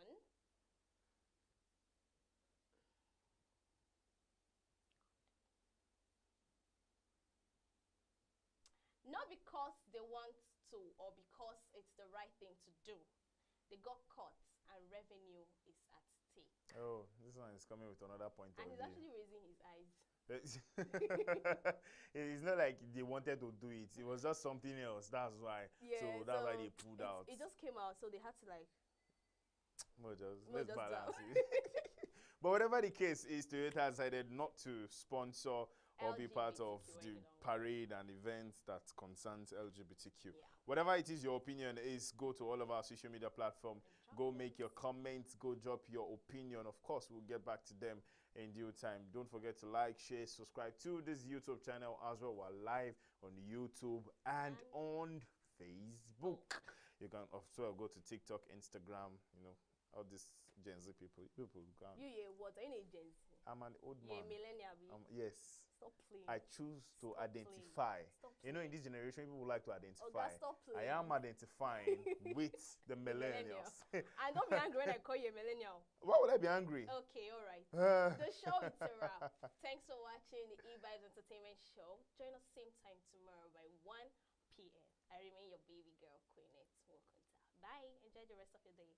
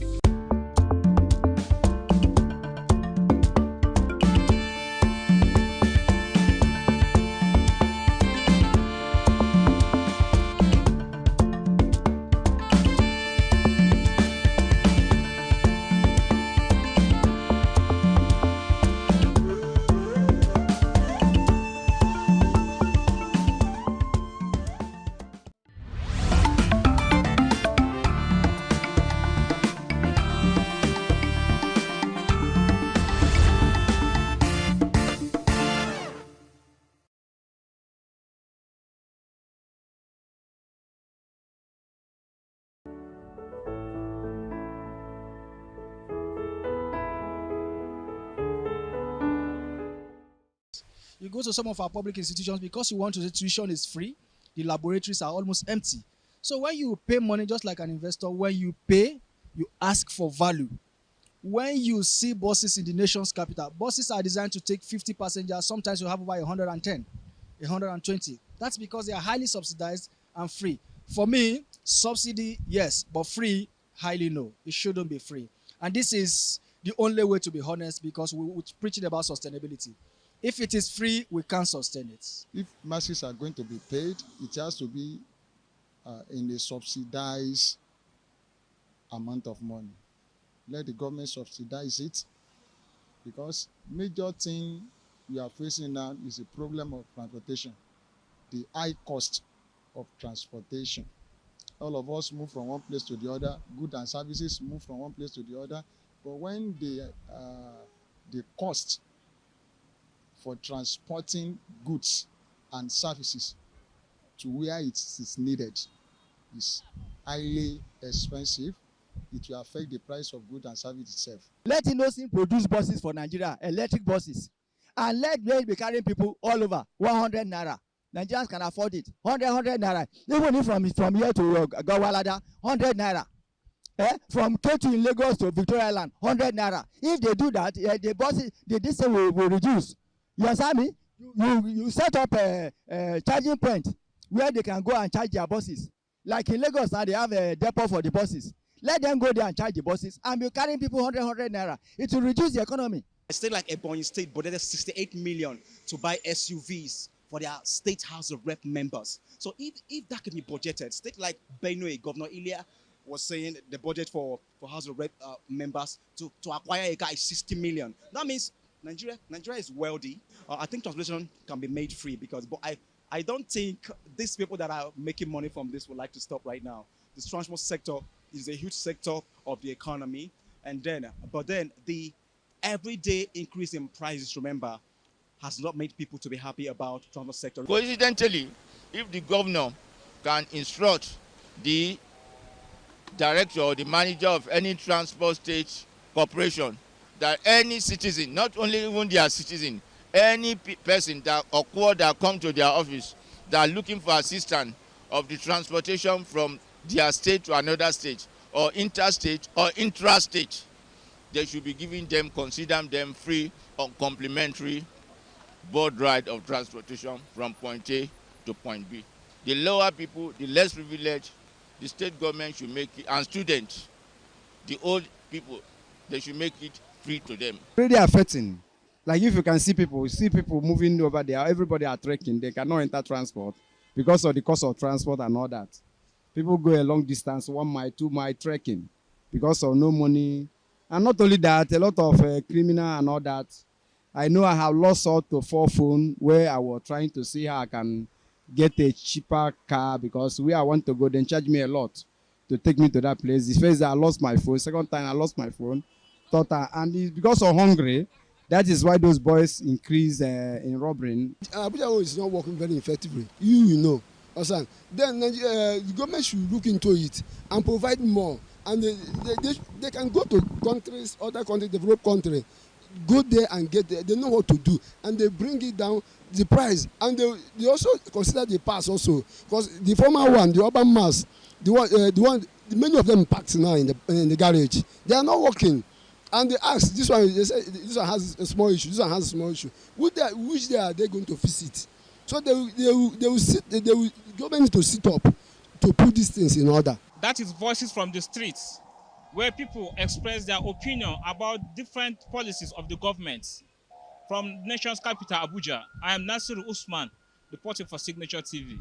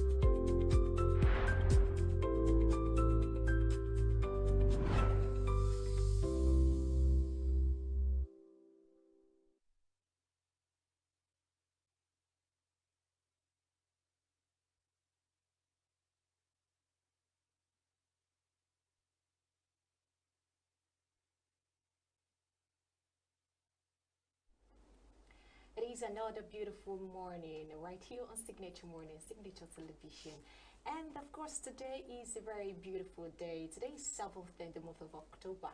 And this week is what we call World Space Week. Yes, and today particularly is World Habitat Day and also World Cotton Day for those of us, who wear cotton materials. All right, you know how we do it this morning. We'll be bringing you the newspaper headlines, the newspaper review. So when you pay money just like an investor, when you pay money just like an investor, when you pay, you ask for value. When you see buses in the nation's capital, buses are designed to take 50 passengers. Sometimes you have over 110, 120. That's because they are highly subsidized and free. For me, subsidy, yes, but free, highly no. It shouldn't be free. And this is the only way to be honest, because we're preaching about sustainability. If it is free, we can't sustain it. If masses are going to be paid, it has to be in a subsidized amount of money. Let the government subsidize it, because major thing we are facing now is a problem of transportation, the high cost of transportation. All of us move from one place to the other, goods and services move from one place to the other, but when the cost for transporting goods and services to where it is needed is highly expensive, it will affect the price of goods and service itself. Let Innocent produce buses for Nigeria, electric buses, and let them be carrying people all over 100 naira. Nigerians can afford it. 100 naira. Even if from here to Gawalada, 100 naira. From Ketu in Lagos to Victoria Island, 100 naira. If they do that, the buses, the distance will reduce. You understand me? You set up a charging point where they can go and charge their buses. Like in Lagos now, they have a depot for the buses. Let them go there and charge the buses and be carrying people 100 naira. It will reduce the economy. A state like Ebonyi State budgeted 68 million to buy SUVs for their state House of Rep members. So if that can be budgeted, state like Benue, Governor Ilya was saying the budget for House of Rep members to acquire a car is 60 million. That means Nigeria is wealthy. I think transportation can be made free, but I don't think these people that are making money from this would like to stop right now. The transport sector is a huge sector of the economy, but then the everyday increase in prices, remember, has not made people to be happy about the transport sector. Coincidentally, if the governor can instruct the director or the manager of any transport state corporation that any citizen, not only even their citizen, any person that come to their office that are looking for assistance of the transportation from their state to another state, or interstate or intrastate, they should be giving them, consider them free or complimentary board ride of transportation from point A to point B. The lower people, the less privileged, the state government should make it, and students, the old people, they should make it free to them. Really affecting. Like if you can see people moving over there, everybody are trekking, they cannot enter transport because of the cost of transport and all that. The government needs to sit up to put these things in order. That is voices from the streets, where people express their opinion about different policies of the government. From the nation's capital, Abuja, I am Nasiru Usman, reporting for Signature TV.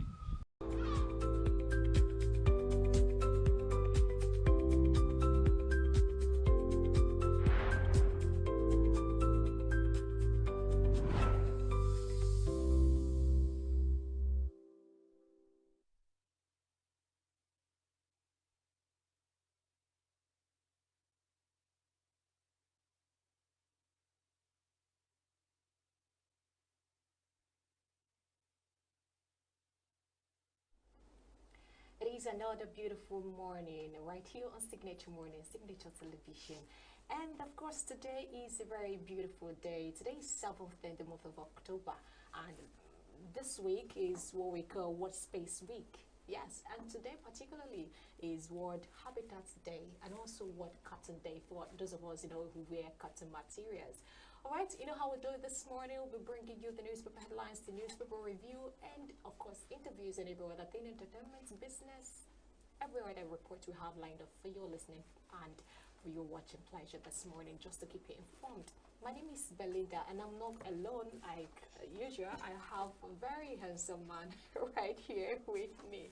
Good morning. Good morning to you. I mean, when you say that today is World Cottons Day, I was just looking at you to see if there's any cotton on you.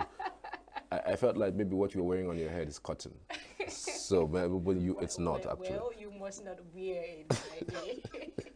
Welcome, everybody. Welcome, everybody. I mean, it's going to be a very good day. It's a day after, of course, the chairman of the local governments in Rivers State have been sworn in. A whole lot have been said regarding that particular elections. And for the very first time in 25 years, we're seeing something that has never really happened in our political space. So we x-ray that a little later, but not until we dish out some of the headlines on our dailies this morning. Welcome. All right, so we'll take a short break. After that, we head ahead. Stick around.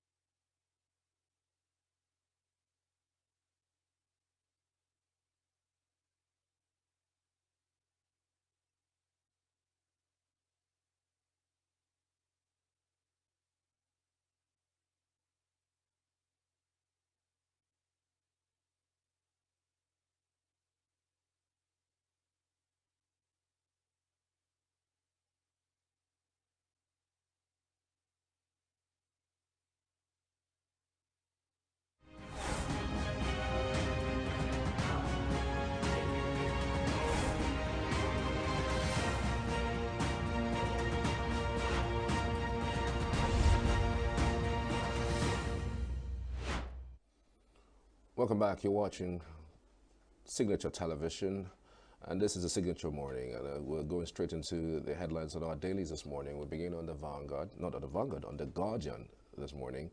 And on the Guardian, when you bring it to the church, you're able to identify, this is illegal money. But it's when you bring it to the church, you're able to identify, this is illegal money. But it's impossible to identify. I don't know. Maybe God knows how he identifies that. All right, let's move ahead to the next newspapers, the Vanguard newspapers this morning. Local government polls. PDP has lost Rivers. BOT chair Wabara laments what the rider says party rocked its own boat, ignored warnings. We've uncovered plans to unleash violence on local government headquarters. Fubara swears in 23 council chairman. Councillors says I'm still in PDP. Article hails Rivers people, Fubara for rejecting intimidation. Minima hails Rivers government over successful local government poll. APP dedicates victory to Rivers people. Stop upsurging president's power, CTC chair warns. Commence Fubara for peaceful polls. All right, we're moving over to the Nigerian Tribune newspaper. On the Tribune, under flood victims counts losses, appeal for help. With the writer, government commences dredging of rivers and streams. New rivers begins from now. Fubara swears in 23, newly elected local government chairman, charges them to servant leaders, alleges people being mobilized by political units to attack chairman at council secretariat, warns against violence, wants local government bosses to be patient, calculative. APP wins 314 councillorship seats, Rivers People's Rights to IA. APC to Tinubu locates headquarters of proposed Southwest Development Commission in Ibadan. NDLEA arrests Canadian lady at Lagos airport, intercepts 9 billion naira worth opioid in Rivers. Wow, I saw that story yesterday. It was quite shocking that she was co-opted into it. She was telling the story, and she even used that to study. Her master's, did a master's. So I'm stunned at that. Is that right? It's not really. It's not. I mean, but the amount we're talking about, 9 billion. Wow. Goodness me. Okay, let's go ahead to the next newspaper this morning. Blueprint newspapers. Newspaper this morning. Blueprint newspapers. We have just above the max NDLEA naps Canadian lady with $9 billion worth of opioids at MMA. Zulum commissions 500 resettlement houses in Konduga.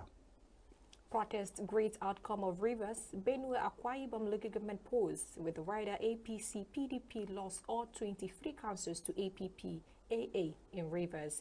PDP clears 30 in Akwa Ibom. APC takes Benue's 23. Abba Moro kicks.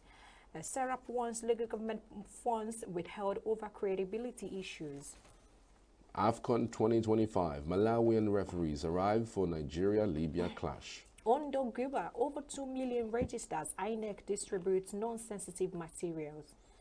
Dambazo Yayale Ahmed ahead ACF Security Reconciliation Committees. $1.9 billion Kano Maradi Railway project to be completed December 2026. That's far. It's not that far. 26. 2026 is in 2 years' time.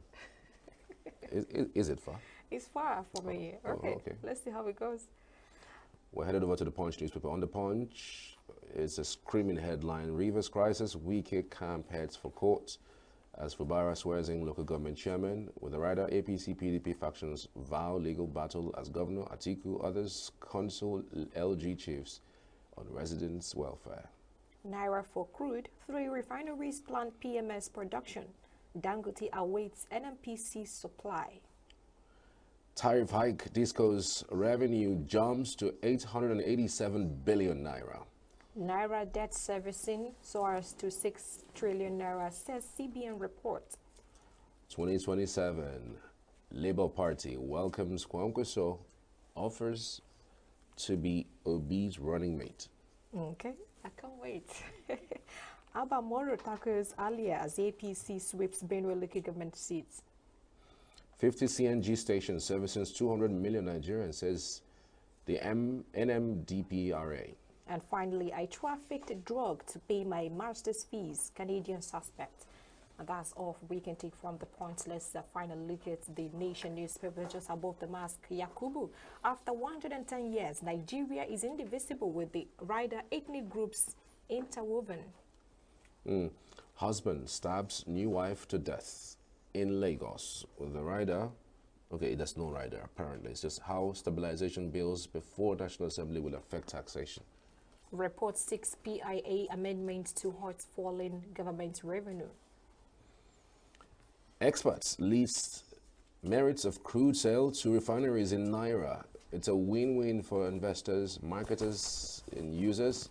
Less pressure on domestic currency. North leaders to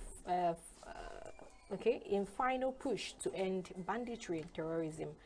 I think that's all from that particular newspaper this morning. Daily Independent.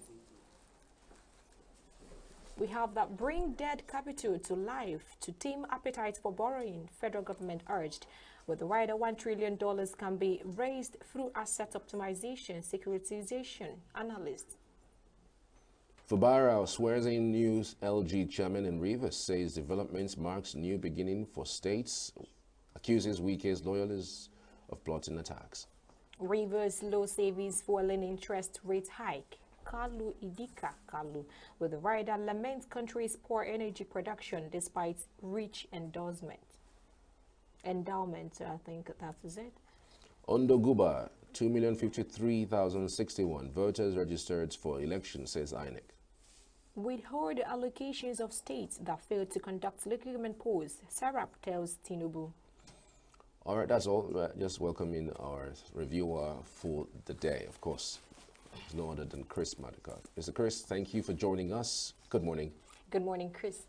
Good morning, everybody. When you started with calling Charles a handsome man, I knew that something is wrong. How could that be wrong? Because I've never seen him as a handsome man. Well, because you don't have the foresight. Beauty is in the eye of the beholder. So you don't have the foresight. So handsome Charles.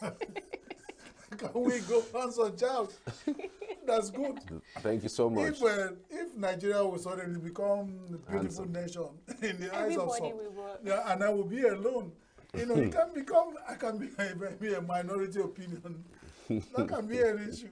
Charles wait, can suddenly become... Are you trying to say that Charles here is not handsome? Is that No, what you're it's trying not to going to be an issue. I said, so, since Charles suddenly become handsome man, I don't know what you're implying. We have a big we problem. have another issue coming. Absolutely. But that's it. Good morning, everybody. And this is another day. And we thank God for a new day. Right. So River State is still in our radar. And just like we predicted, that there will be drama. The most important thing is that, thank God, there were no talks about killings, even though there were gunshots that screamed the air, in some parts of River States.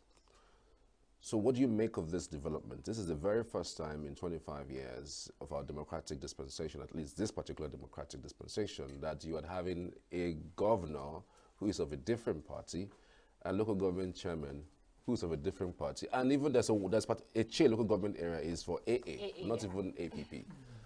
What do you make of this development? It's, Nigeria is a very wonderful country, and we have very creative Nigerians.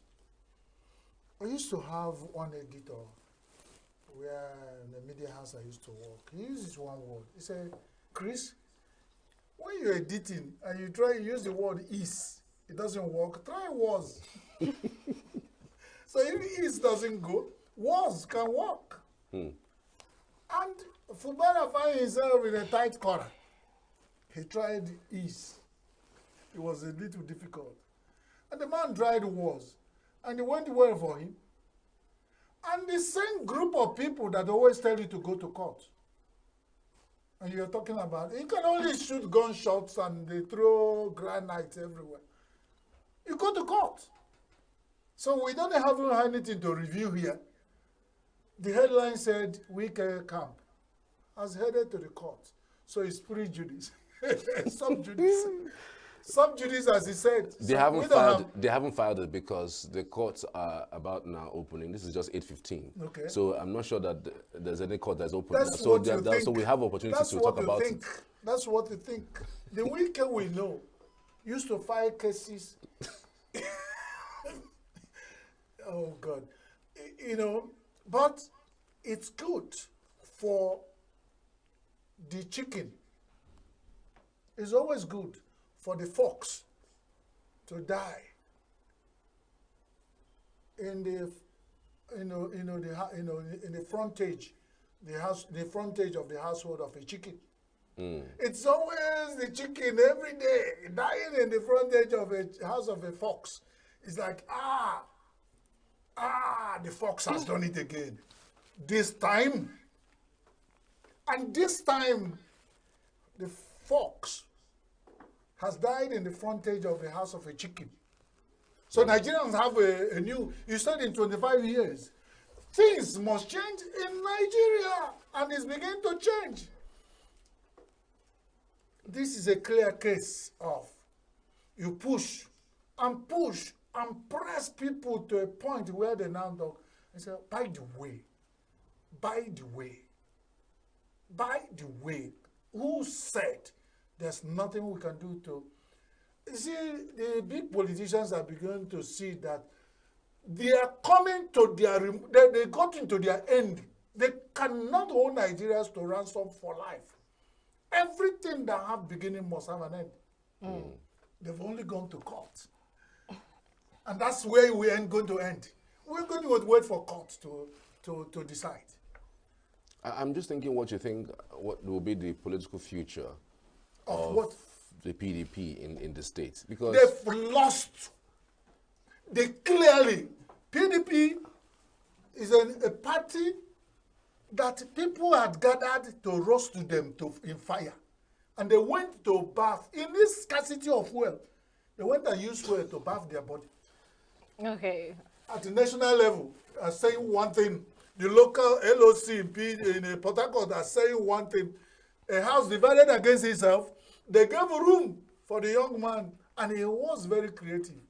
Then what are you going to say he did to you? He's still a sitting PDP governor. So, head of tail.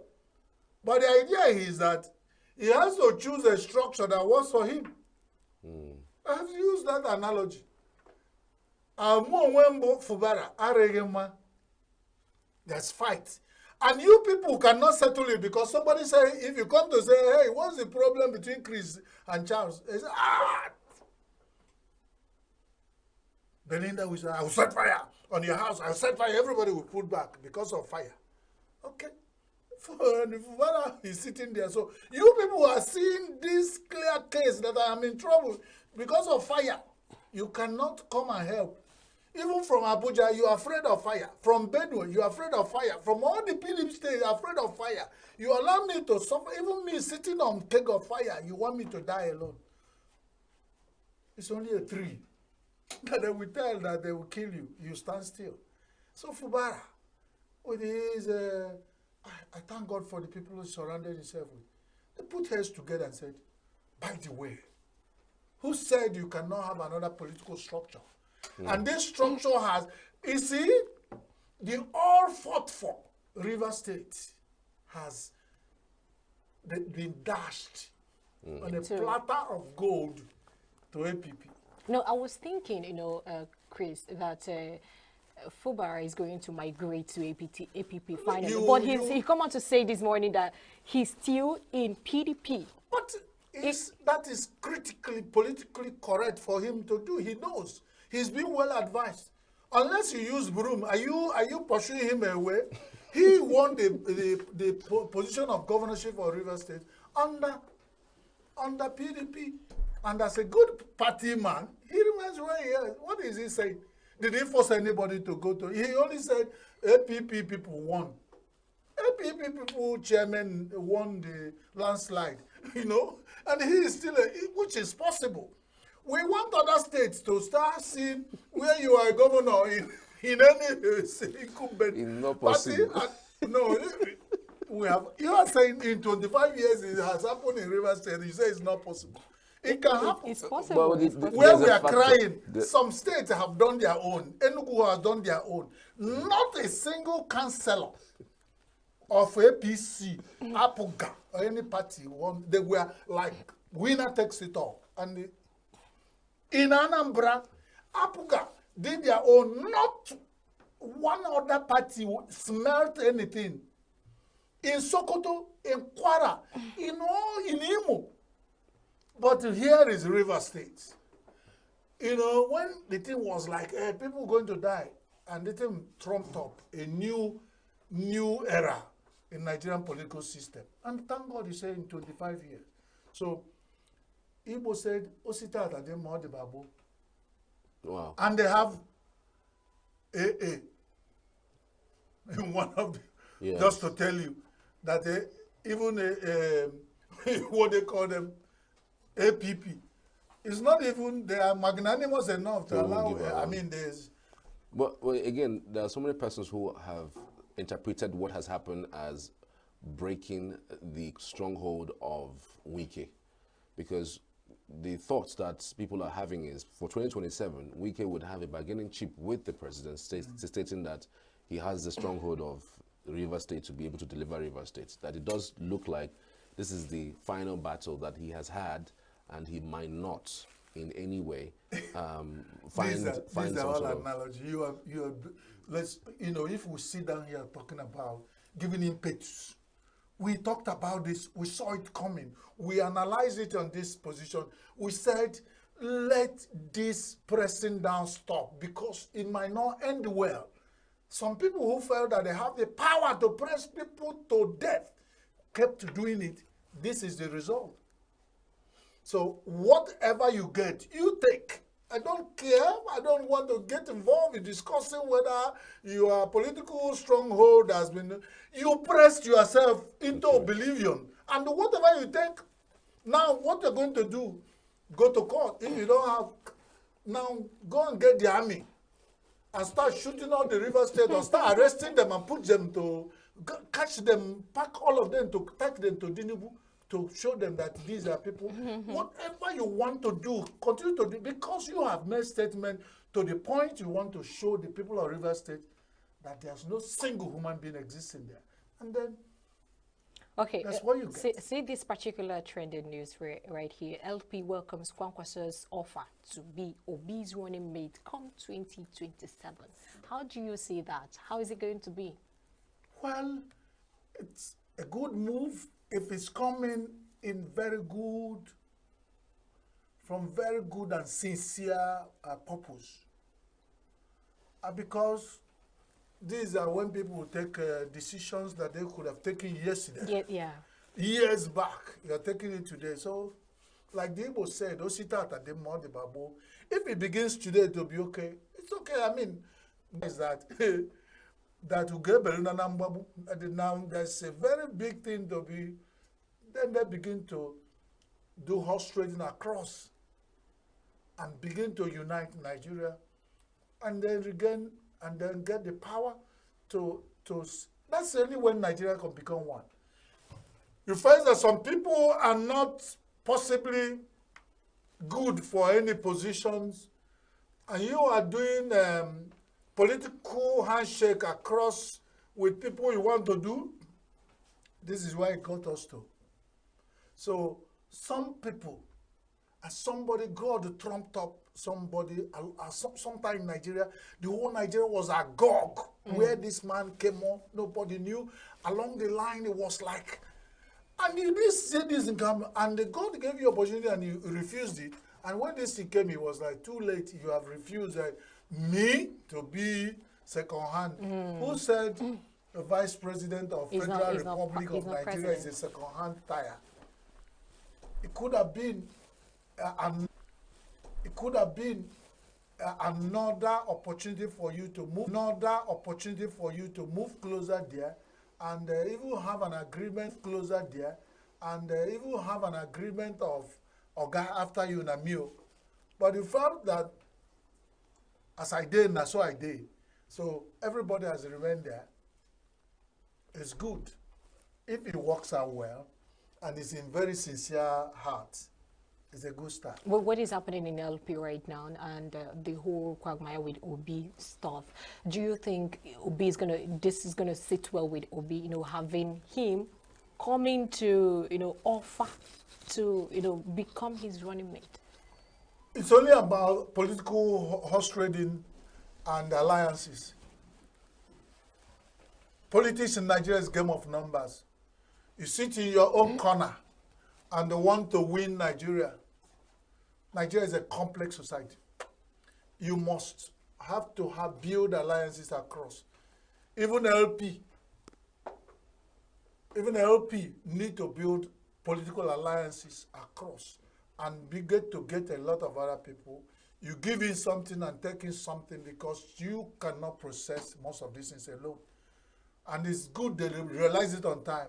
All this one they're doing in party thing is, I still describe them as people they are looking as a bride of the day, and they came out in the open looking dusty and charcoal, and then they feel their body, and they shouldn't disappoint the public, because whatever is making them look that way never meant good for them.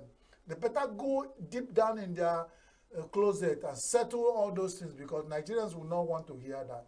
It's easy for Nigeria to give you the support, and it's always very easy for Nigeria to take that support when you begin to talk from both sides of their mouth. As it stands now, it's going to be a little bit shocking, or maybe, should I say, totally different in 2027, because in 2023, most people still thought that Obi hasn't really shown himself to be somebody that can gather a lot of votes. Remember Kwankwaso stating clearly that he cannot be vice to president, to Obi at the time. He stated it clearly that he cannot, that he is bigger than him. In terms of age, he has held more positions, even though, yes, you could say ministerially, he's been Minister for Defense, he's been governor for 8 years at two different times. He's been senator. Obi has just only been a trader and then a governor. So he put out that content stating clearly that he cannot be a vice except Obi becomes his vice. That's when that will work. But it's shocking now that the results of 2023 elections have come, and then they thought about who is bigger politically, because he actually had an interview recently where he stated that the last job they've all gone to the pool in Nigeria to gauge has shown who is more popular. and who is the bride to watch. And if you want to get to that hero couture, you now know who to climb on top of his shoulder to get there. If you think you are so proud and you can't build anything with only yourself.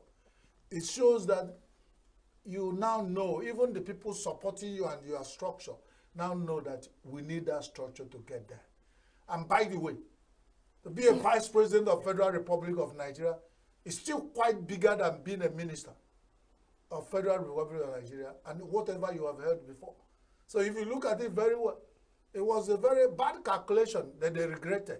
Then if they now come back to think of the wise, and to tell the fact, a lot of other politicians are also thinking along the line. So it might not even be easy. It might not even be easy to suddenly say, okay, I want to be this, and you can't even get it on a platter of gold. You're going to be highly contested. It's just that LP should know and study deep to know who is their friend. Because some spoilers we use that opportunity to come and do them real bad. Now that they're even talking what platform would they even run on? Is it going to be on NNPP? Is it going to be on Labour Party? It could not. It could be any. It could be what you call the mulatto platform, and it has to be agreed. It must not be LP. And but it must not be NNPP. It can't be put here, and get a new mega party. It's not yet late. And if they agree and form a mega party with all these bigger structures, if you must, as the Bible says, dispossess a strong man, you must first tie him real bad down to take what belongs to you out of his house. Otherwise, you have the strong man still standing and his eyes red and he's boasting and boogering, and you can't get in there. So all the parties that as the snake likes life, and so the man who want to kill snake like life. So even the sitting party, mega party, that is a party that is in power at the center, is not also joking. As they are doing horse trading around, they are doing theirs. So they should open up and be more sincere among themselves, because the sitting power, we always want to put, they put agree and no agree among all of them and then destabilize it so that they will have their second terror easy. And then that would be it will be a shame on top of them, because we remain where we are and we're looking at ourselves and still talking the same thing. So they should, as they are politicians, they know themselves, they know what to do. But it's easy for them being within. They might not see what we are seeing from outside. It might sound easy for us outside to be talking like this. But these things are not as easy as it is when it comes to at the higher level. But them that are at the high level, the view of what is going to happen is always clear for them. So good luck to all of them. What we are asking, as a mouthpiece of the masses, we are saying, make una no kill us. In whatever way, decision you are going, we're going to remember, say, we did down here, we're going to not match us to that. Right. So I don't know what you think about this latest trend. Yemi Cardoso, who is the CBN chief, stated clearly that floating of the currency is key to achieving forex markets reality. I do not know whether you think it was a right thing to float Nigerian currency, given that everyone knows that we are a consuming nation. We're not a production nation. We're not producing to the extent that you can decide to float our currency. Do you think is the right move? Because over and over again, they have put up this particular thought about the fact that they did the right thing by floating the Nigerian currency. Charles, there's these people that are taking these decisions because they do not really think anything. They depend on IMF, World Bank, and all these international monetary agencies who do not see anything good in us and who are already depending on us, our big economy, to milk us dry. They will justify their policy. You ask my opinion, it was totally wrong for us to float. We have devalued our currency successively in the last 10 years and got us to this place. That the single naira, $1 is changing on the average of 1,800 naira. It's not a shame with what we have. I thought they said there's a gain with floating our currency. If you are getting gain, it's gain on paper. Me and you should have feel the gain. We used to feel the gain. There was a time naira, a dollar changes to 122 naira. We even cried that time and we are calling on people. From that time, some people, is it not the same country? Is it not the same consuming nation? Suddenly, why do we continually devalue and devalue and devalue? What gain have we got into? If it's not selfish and personal gain of all those advisors. Can somebody be advising you and you're not looking at you internally and we're studying the situation? It's easy to attract investors if your currency is pretty low, because it's a measure to attract people who have larger amount of money, like the dollars, the pounds, and the euro. It's easy to put in money. And Charles, since the last 20 years, we have devalued our currency successively. Check from then and now the number of, rather the ones that have existed even before now have gone to Ghana. They've all left. Michelin has gone. Dunlop has left. All the pharmaceutical companies have left Nigeria. So what are we doing? What has attracted? Tell me new companies that have come to Nigeria. Tell me. There are other factors, though, that would affect that, beyond the fact that it's easy to attract those huge sums of money. We are not feeling it. And no common man in the street. All these ones are academics. The big heads are sitting somewhere giving us figures and talking. I'm saying that the people in the street do not understand these things. And their people are dying and are suffering. All we want to feel, let us feel these things. It's not about the flow. You say you justify. You're justifying because you have made that policy. Sitting there, living big. Let the man come and look at what's happening in the street and see what Nigerians feed on. Let him check it, how Nigerians are dying. Because when people are talking about this, some of them their eyes are closed to the suffering of millions of Nigeria. And they could sit somewhere and speak in Oyibo. And that's the most insensitive thing they are doing. All these things are not working out. Stop floating naira. Let the heaven fall. How many countries in the world are floating their very soon using wheelbarrow? When you want to change $1, you use wheelbarrow to carry naira. It happens in some other African countries until they realize themselves. And some of those countries have begun to organize themselves and they are back.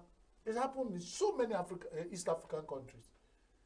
Those they were making jokes of them. But now, you will be surprised what naira changes in some of those East African shillings and all that. It's not a shame, a country like Nigeria. Maybe before we go, think about somebody say 110 years Nigeria is indivisible. It was quoted one Yakubu in Nation newspaper.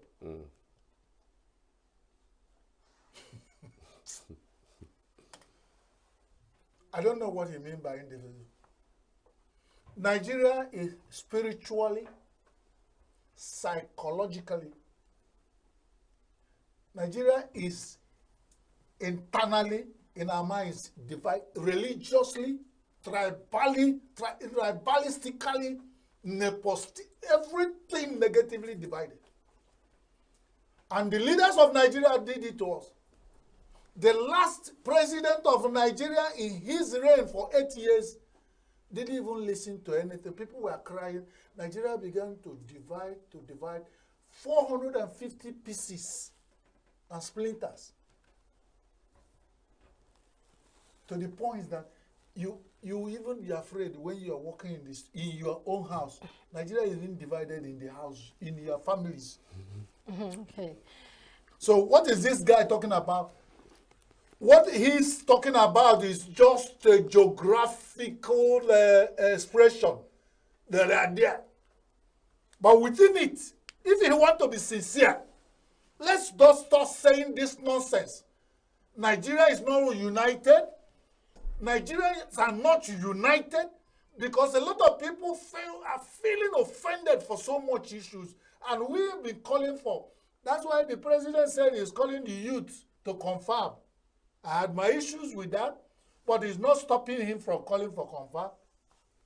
My issue with that is, if you want to call for another confirm, call everybody. Let's talk about the unity of Nigeria after 101 years and 10 years. Only God will help us. All right, Chris, many thanks for your insights on today's program. Truly appreciate Thank you, it. Charles. The handsome Charles. Thank you, Belinda. Belinda, do we say beautiful Belinda? Of course. Okay, Charles, you want to compliment too. All So right. me, the ugly Chris, will go. We're back shortly after the break. To stay with us.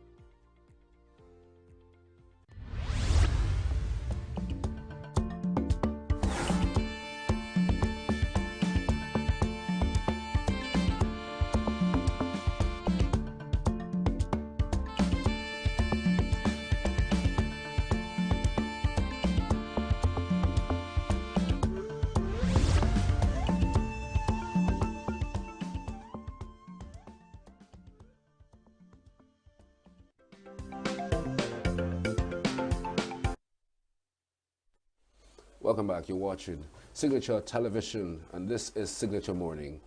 And so we are switching gears to talk about the local government, and it's just about the River State's conundrum, but we're also going to talk about local governments as it stands across Nigeria. We've had the elections across board, and it does look like River State is the only state that has actually organized a local government elections, given that so many persons so many persons' attention were drawn to that election, and even afterwards, we had reactions. People congratulating the governor, people also berating the governor about that particular election. So we would have a little bit of the discussion as relates to the local governments in Nigeria and the elections so far.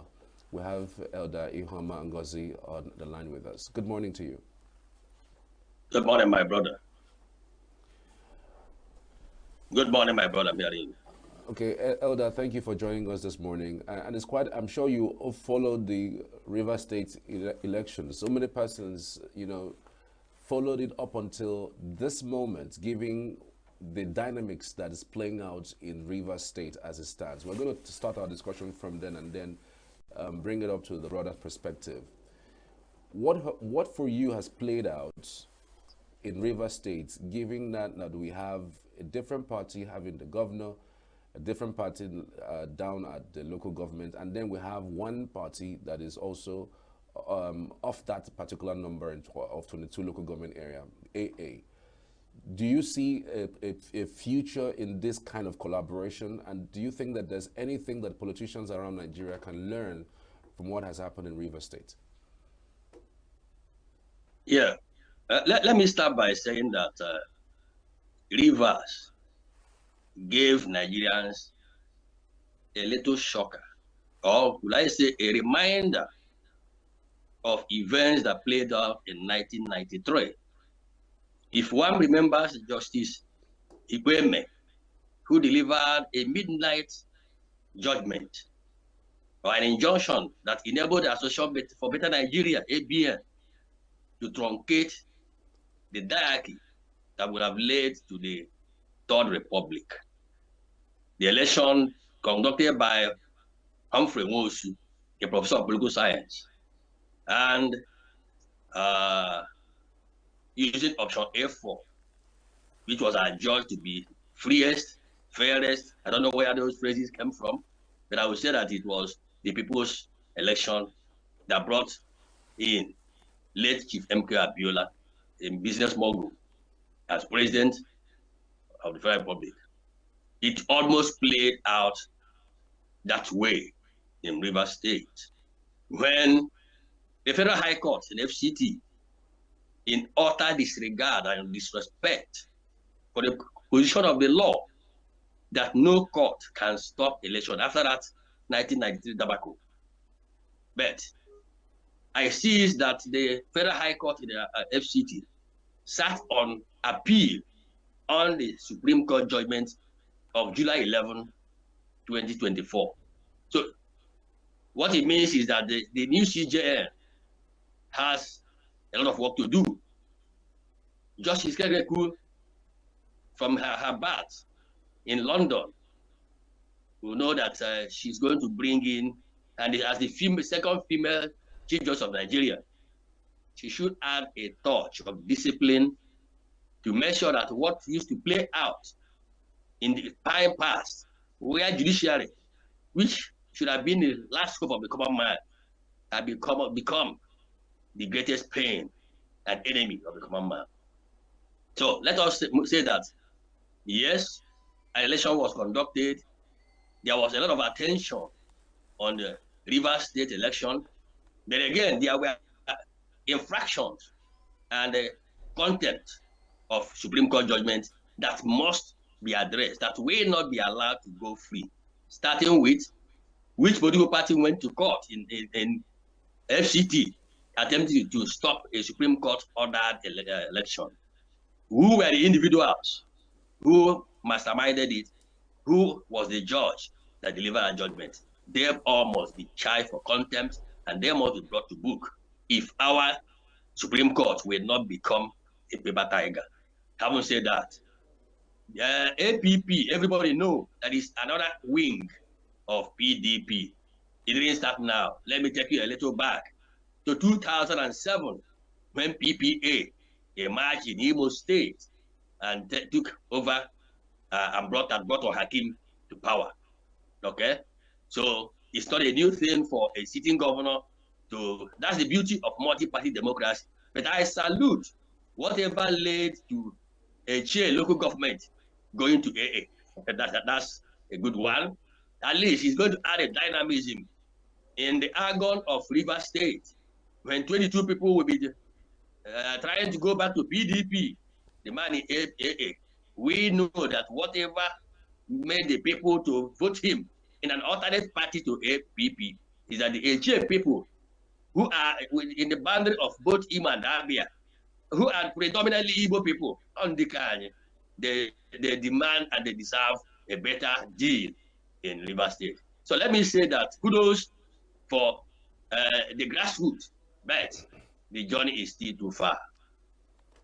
What does this mean for the political future of the Rivers State, especially as it concerns the PDP? I was even shocked when the chairman of the Governors Forum for PDP was applauding the political sagacity of the current governor of Rivers State. How much of this is going to affect the PDP in the long run, and how much of influence do you think that the former governor, Nyesom Wike, have reduced in terms of the political structure that he has in Rivers State? Again, two characters continue to frighten me, just like former President Jonathan said in Nigerian politics in this Fourth Republic. I will start with Edo State, where Senator now, Adams Oshomole, had his batteries of fire as a Labour leader, rising to the level of becoming an LOC president. I know I did in 2000, when Obasanjo was the president, appeared with him in the National Assembly on the fight for autonomy of local governments. He got so kind in 2008, 2009. Providence again brought Oshomole to become a governor in Edo State. One expected that all that he preached, all that he fought for as an LLC president under two presidents between Obasanjo and Yar'Adua, he would have set an example. Not even when what brought Yar'Adua to power was the fact that he saved some money, about $18 billion naira of Katsina state local government funds for them. So, but was he not a disaster? Of course, Adams Oshomole became a disaster to local government administration and to whatever he talked about in the LLC in those days. Now, fast forward to Rivers. Wike started his political career in 1998 as when he won chairmanship of Obiapo local government area. And I ran the election in 1998 under AD in Imo State. Now, he and Otom and I think one or two other people succeeded in 1998 and were the first beneficiary of this same Supreme Court judgment talking about direct allocation of resources fed with the way he ran the Obiapo local government, which is the second largest local government in Rivers State. Now, having said that, one would have expected him and Otom, when they became governors, to ensure that local government system, which gave them their baptism of fire, was properly issued. Again, he's a lawyer. He knows, and his wife is a judge. He knows the essence of protecting the judiciary, because both the bar and the bench belong to lawyers. Attorney General belongs to lawyers. Okay? So, what did he do? After all said and done, after all praises, after all things, he said, just like Oshomole again, who said that he has killed the godfathers when he dethroned late Anene. Then himself, we know he had a godfather in Patience Jonathan, but Patience Jonathan never showed up for the 8 years that he was a governor. And after that, he single-handedly picked Fubara, who was his accountant general, who he protected from PFCC arrest for 3 years. He took him and gave him an immunity from prosecution because so that he can shield himself away from prosecution. But nobody knows it all. God is superior, and God knows the destiny of Rivers State. No wonder within 7-8 months, the House of Assembly that he would have used to checkmate the governor on their own resigned and left the parliament, leaving only 3 people today who jokingly call themselves members of the House of Assembly because they are not. Because 1/3 of the House of Assembly to form a quorum is about, out of 32, is about 11 or 12 members. So 3 people cannot be running that assembly. That assembly stands at John Cena die. Now, for him as a person, our people used to say in our local parlance that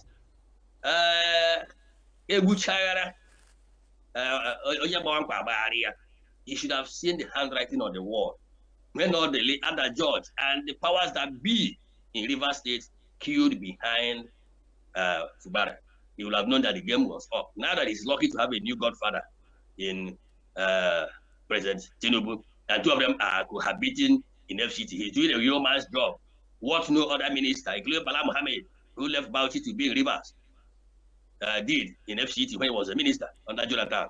He is doing a marvelous work, which is a signature assignment for Mr. President. At least he has rebranded FCT for Mr. President. So if I were him, I would have concentrated on it and let go, as he promised, that he would not want to disturb Fubara, but he went against his own vomit, and today you can see how he was beating black and blue.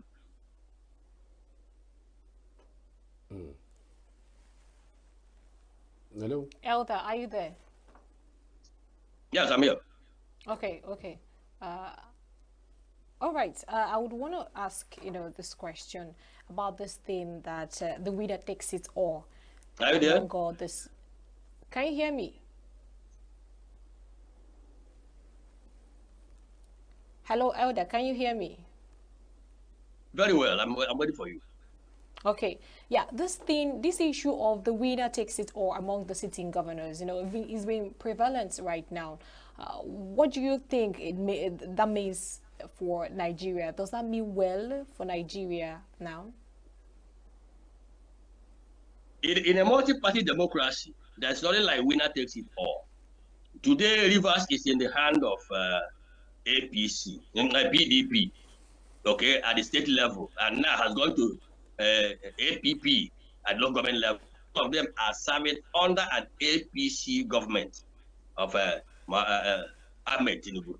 Okay, you can see that 3 parties at that level, plus the AA, okay, that got 1 fraction, plus the NNPP in Kano State. Okay, all of them, one by one, are working. So there's nothing like winner takes it all. Okay, and our constitution, chapter 2, fundamental objective and directive principle of state. One of the things he talked about in section 14 of the constitution is the fact that there will be federal character. Federal character means that every ward, every local government, every senatorial zone, federal constituency, every state and zone will be taken care of in appointments, in employment, and distribution of welfare. It's an aberration that we continue to do things against the law. The Supreme Court judgment of 11th of July 2024 captured 9 previous judgments of the Supreme Court dating back to 1981 in favor of local government. That is the Second Republic, the tenure of Shagari. Many people don't know. The issue has been, there has been a battle, but the 1979 Constitution actually said that on October 1, 1979, the local government shall become a full tier of government, performing all the functions. Let me shock you again. As of today, no local government chairman has been properly sworn in because they are being sworn in at the ESCO chamber of the state, making them sole administrators or administrators of their local government. Because none of the governors went to Abuja to be sworn in at the ESCO chamber at Asoro.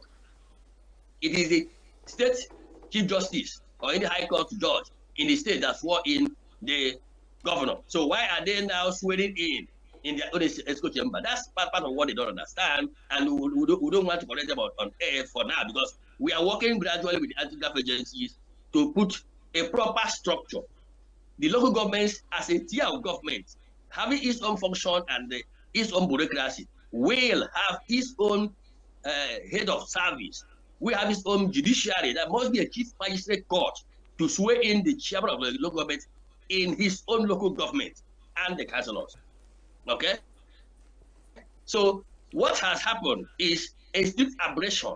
So many things will happen when we have an implementation committee. Unfortunately, the committee is being headed by a former governor, okay, George Akume, who equally did not man a functional local government in the period he was in Benue State. In our place, they say that you cannot give your enemy your premature child to win for you, okay? So Akume and his team, which included the former governor of Kebbi State, Bagudi, who was equally a governor and now Minister of National Planning, and so many other people who were mentioned there, cannot talk about implementing the law. But for today, they are in breach because any attempt to say we are giving anybody 3 months to do election is arrant nonsense. It will not stand. They are all in breach. The 11-man panel is in breach of the Supreme Court. They are sitting on appeal on the Supreme Court, and I'm putting it on air. that that panel cannot sit on an appeal on a Supreme Court judgment. That judgment is a declaratory, it's effective, and it's functional. The only good thing they will have done is, which they have done, is keep the money of the local governments until we are sure elections are done, tribunals are completed, and then Nigerians will know, local government by local government, how much has accrued to them. And they can equally now set up a monitoring team on their own to monitor their councillors and their chairmen. All right, thank you very much, Elder Ngozi. I think we will have to, let it be there. We'll have to leave it there for now. We keep on, contacting you for more information on what's happening concerning the local government autonomy and elections. Yes, we'll continue to do that because the implementation is running into a hitch, which we are working with necessary relevant security agencies to make sure that what is right is done. So we are always available to answer to your call. And we thank you for this opportunity given to us to air our opinion. All right, thank you very much. Okay, that is it for now. We'll go take a short break and we'll come back. We'll bring you another segment. Do stay with us.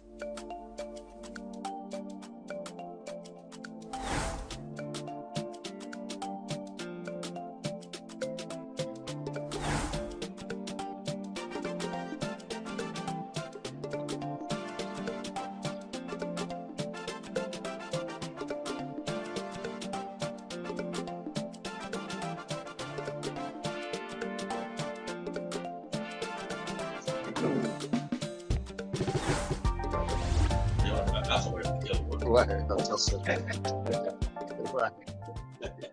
He was different. He was different.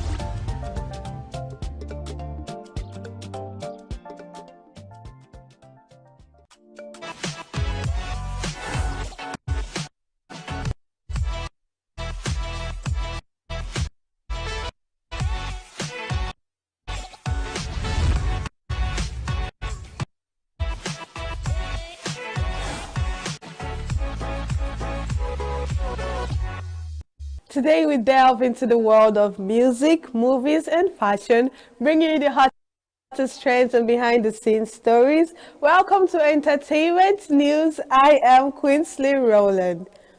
And we have Nigerian music star Paul Okoye and his wife Ivy Former have allegedly welcomed their first child in the United States.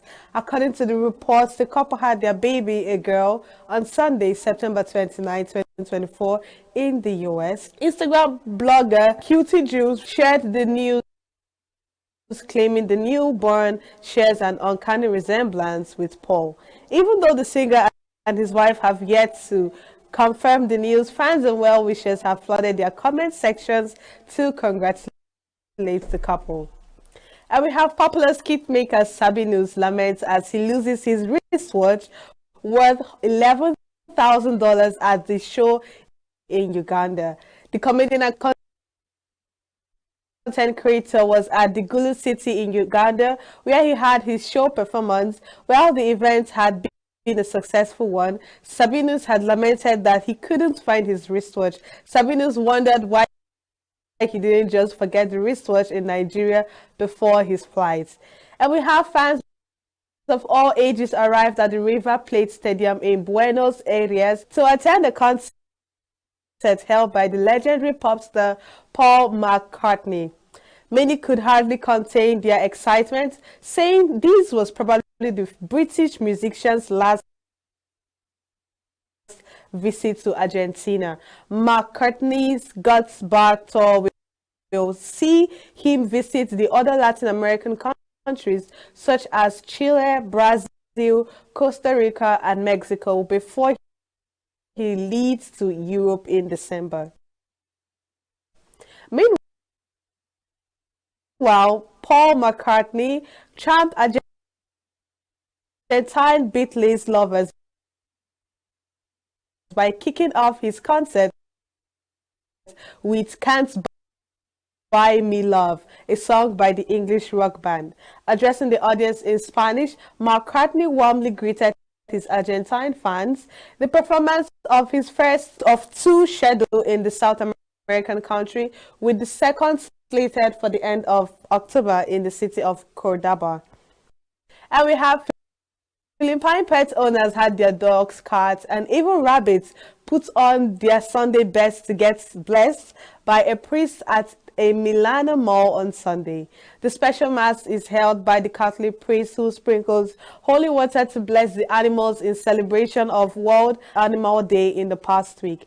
Pet owners at the ceremony had their four-legged friends come because of an important part of the family, while animal fans on October 4th, a day on which Catholics celebrate the feast of Saint Francis of Assisi, the patron saint of animals. And we have Catalonia's largest human tower contest took place on Sunday, with a total of 42 teams participating in the highly anticipated Catless competition. The final round featured 12 teams, thrilling some 11,000 spectators who gathered at the historic Tarraco Arena Placar to watch the hundreds of participants competing. The team from Villafranca beat 40 other groups to take the top spot and scoop the competition's €16,000 prize.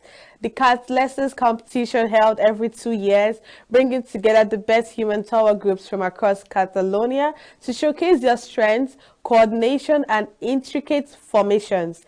Deeply rooted in Catalan culture, human towers are constructed by Catalans standing on each other's shoulders to build structures of incredible height and complexity. The human towers were added to UNESCO's list of intangible cultural heritage of humanity in 2010. The first Cutlass competition in Tarragona Bull Ring took place in 1932, and the competition has been held every other year since 1970.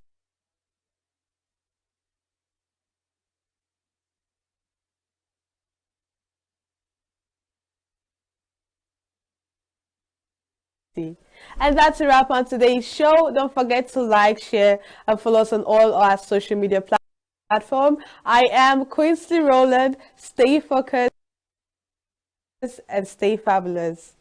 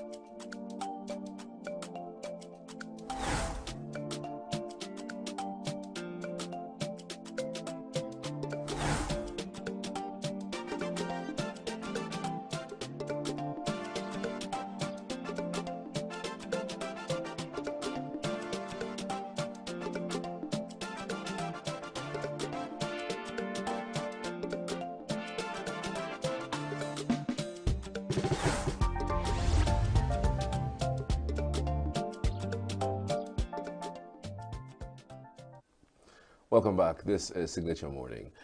So we're going to look at the aftermath of the elections in Rivers State. We have Asim Adams on the line this morning. Good morning, Adams. How do you do?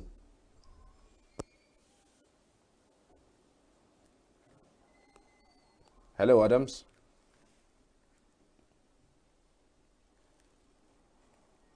Kasim doesn't seem to be on the line just yet, but we would connect with him when he's ready. But I mean, as a journalist, I'm sure you followed that elections from last week up until this moment.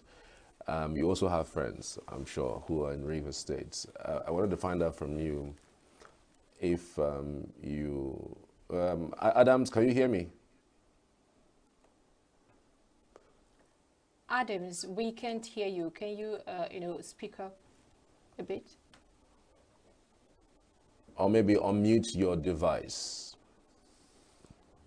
Okay, so with what you have seen, especially on social media and the people who are in Rivers State, what have you noticed about the local government elections in Rivers? Just like the headline this morning, winner takes it all. I think that's what is been playing out. And I don't know what it will give. I don't know what the outcome will be for Nigeria if that is the way the trend is going to continue to be, looking at all the other states, and then being swept up by the incumbent government and all of that. I don't know what the future is going to be, because if that is the case, it means even the federation, even our presidents, the party, is likely to retain that trend, and that's going to be a bad thing for Nigeria. But you can always drop your comments on our social media platform, with Facebook, Instagram and X, and all the social media platforms at Signature TV Officials, and all the social media platforms at Signature TV Officials. And we are live 24/7 on our YouTube channel, Signature TV. All right. There's a whole lot that has been said regarding that particular elections. Many people thought that the governor also went against the judgment of the Federal High Court in Abuja, asking it to stop the elections, even though there were a certain part of the judgment that didn't say that the elections should be stopped. The judgment actually said that the police should not, provide security for the elections. And so because of that, the government of Rivers State thought it wise that since the Federal High Court did not in any way stop the election, it had to go on with the election. It's just for them to provide security for that particular election. Either you are using, vigilante, or you're using an NSCDC, or you're using some other, some other security force. But I'm just wondering, really, the presidency haven't spoken about what has happened. Even when the police was accused of stealing the material, was accused of attempts to steal the material sometime on Thursday and on Friday. And the IG, Egwetokun, was fingered as the person who was masterminding what was going on in Rivers State. It took Egwetokun another 6 to 7 hours. In fact, it was in the middle of the night that I saw his reply. And so you haven't even heard the presidency speak about this issue. It is clear. And then you wonder that what's really going on. I mean, how do you intend to stop in local government elections in Rivers State? And so there's this talk about the power of Nyesom Wike and his stronghold, on Rivers politics. Some persons think that this latest move by the governor has weakened him, so much so it will be difficult for him to have any bargaining chip, either for the PDP or for even the APC, because as it stands, he is not able to deliver Rivers to anybody. Because if Fubara will be able to pull out the stunt, then it is for sure that over time his political structures would be weakened. But even in that election that happened, because I followed that particular election, we still had people who thought that Wike was right. I mean, they loved his control over Rivers State. He has a lot of people whom he has seen through in different forums, people who he had employed, people who he had employed by proxy, people whom he even had, inner caucus with at the time, and even within the government of Fubara. So it took Fubara, it took his strength, an inner strength, for him to be able to purge those people out of the system, so as to have his own structure.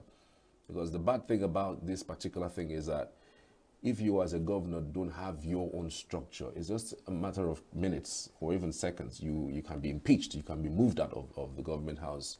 And so this is Fubara fighting for his own life.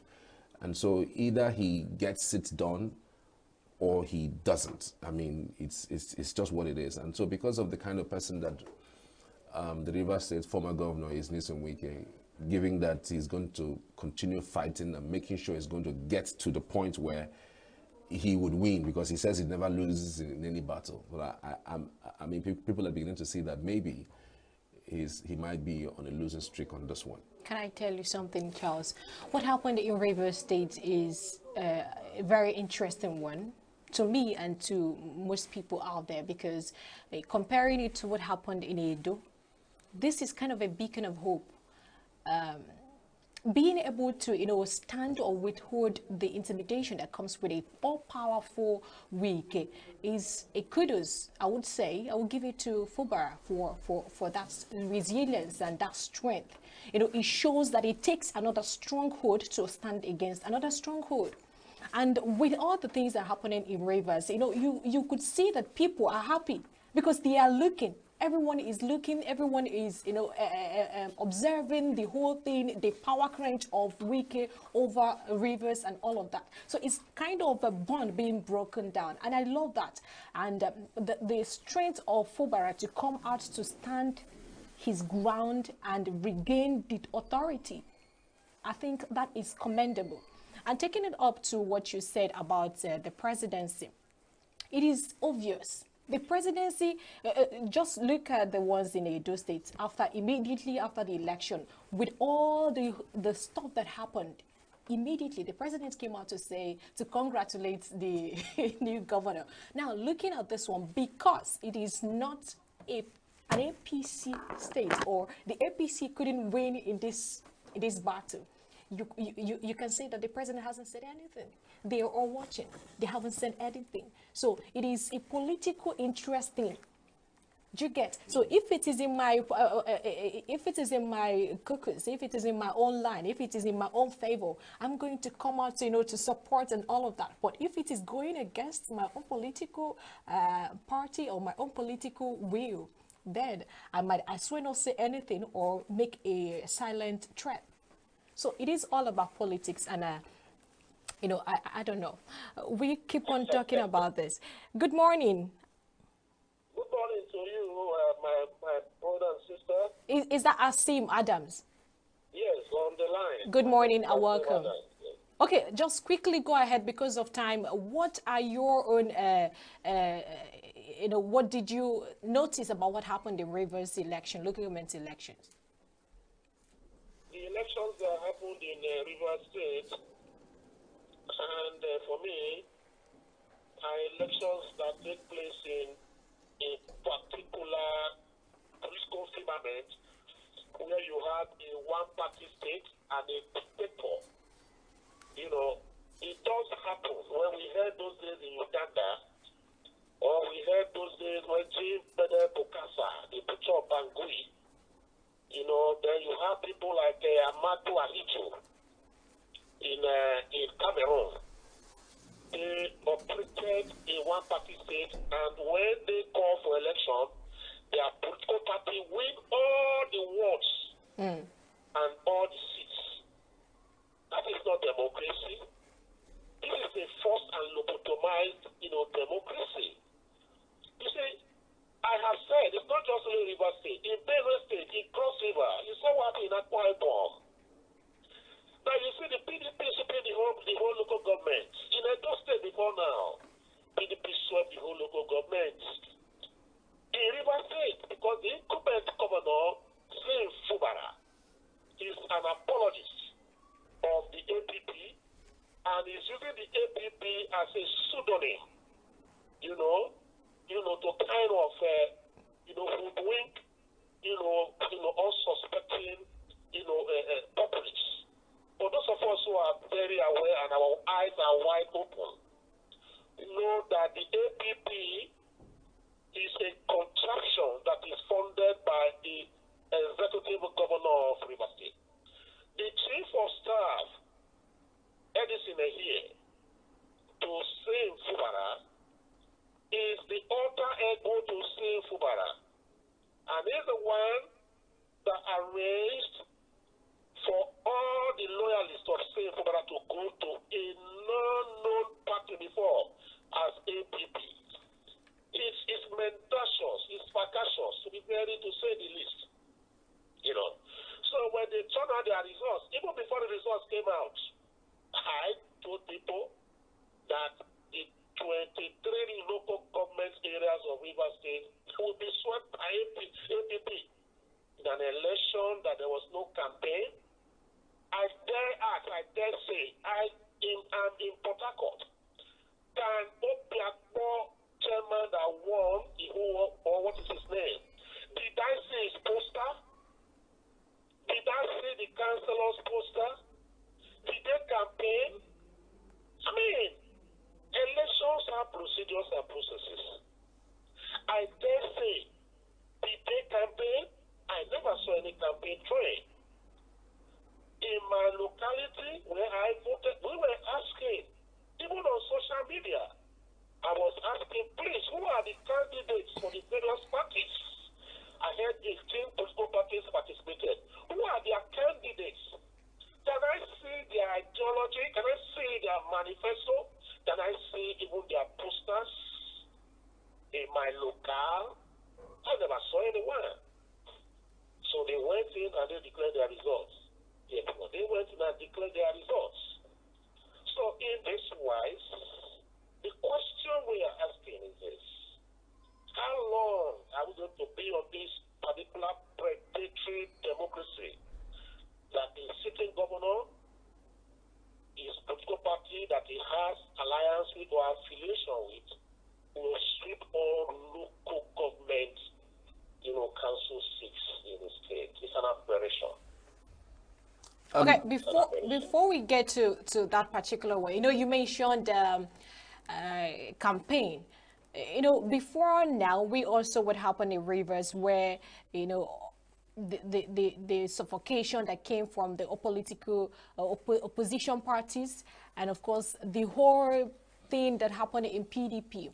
Don't you think it is only right for what happened right now with APP and Fubara, to happen? And because the same people who voted for APP, with or without campaign, they know who they were going to vote for.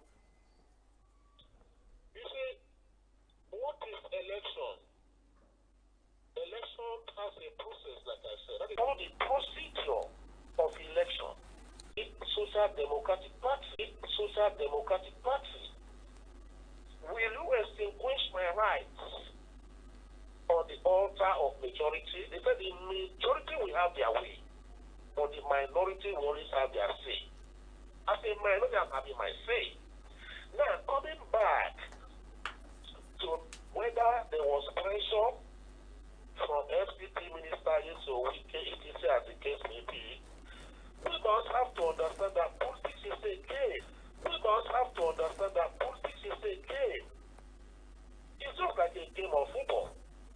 Why the opinion was not proper? I said my mind on it. That the place in the INEC, designated zone, they were taken to private buildings. Maybe after this particular program, I'm going to send you a picture that some of the observers took, where results were being counted, uploaded, front-loaded, disseminated from the residence of a known political actor in River State that has sympathy for Sale Kubara. So those are the questions.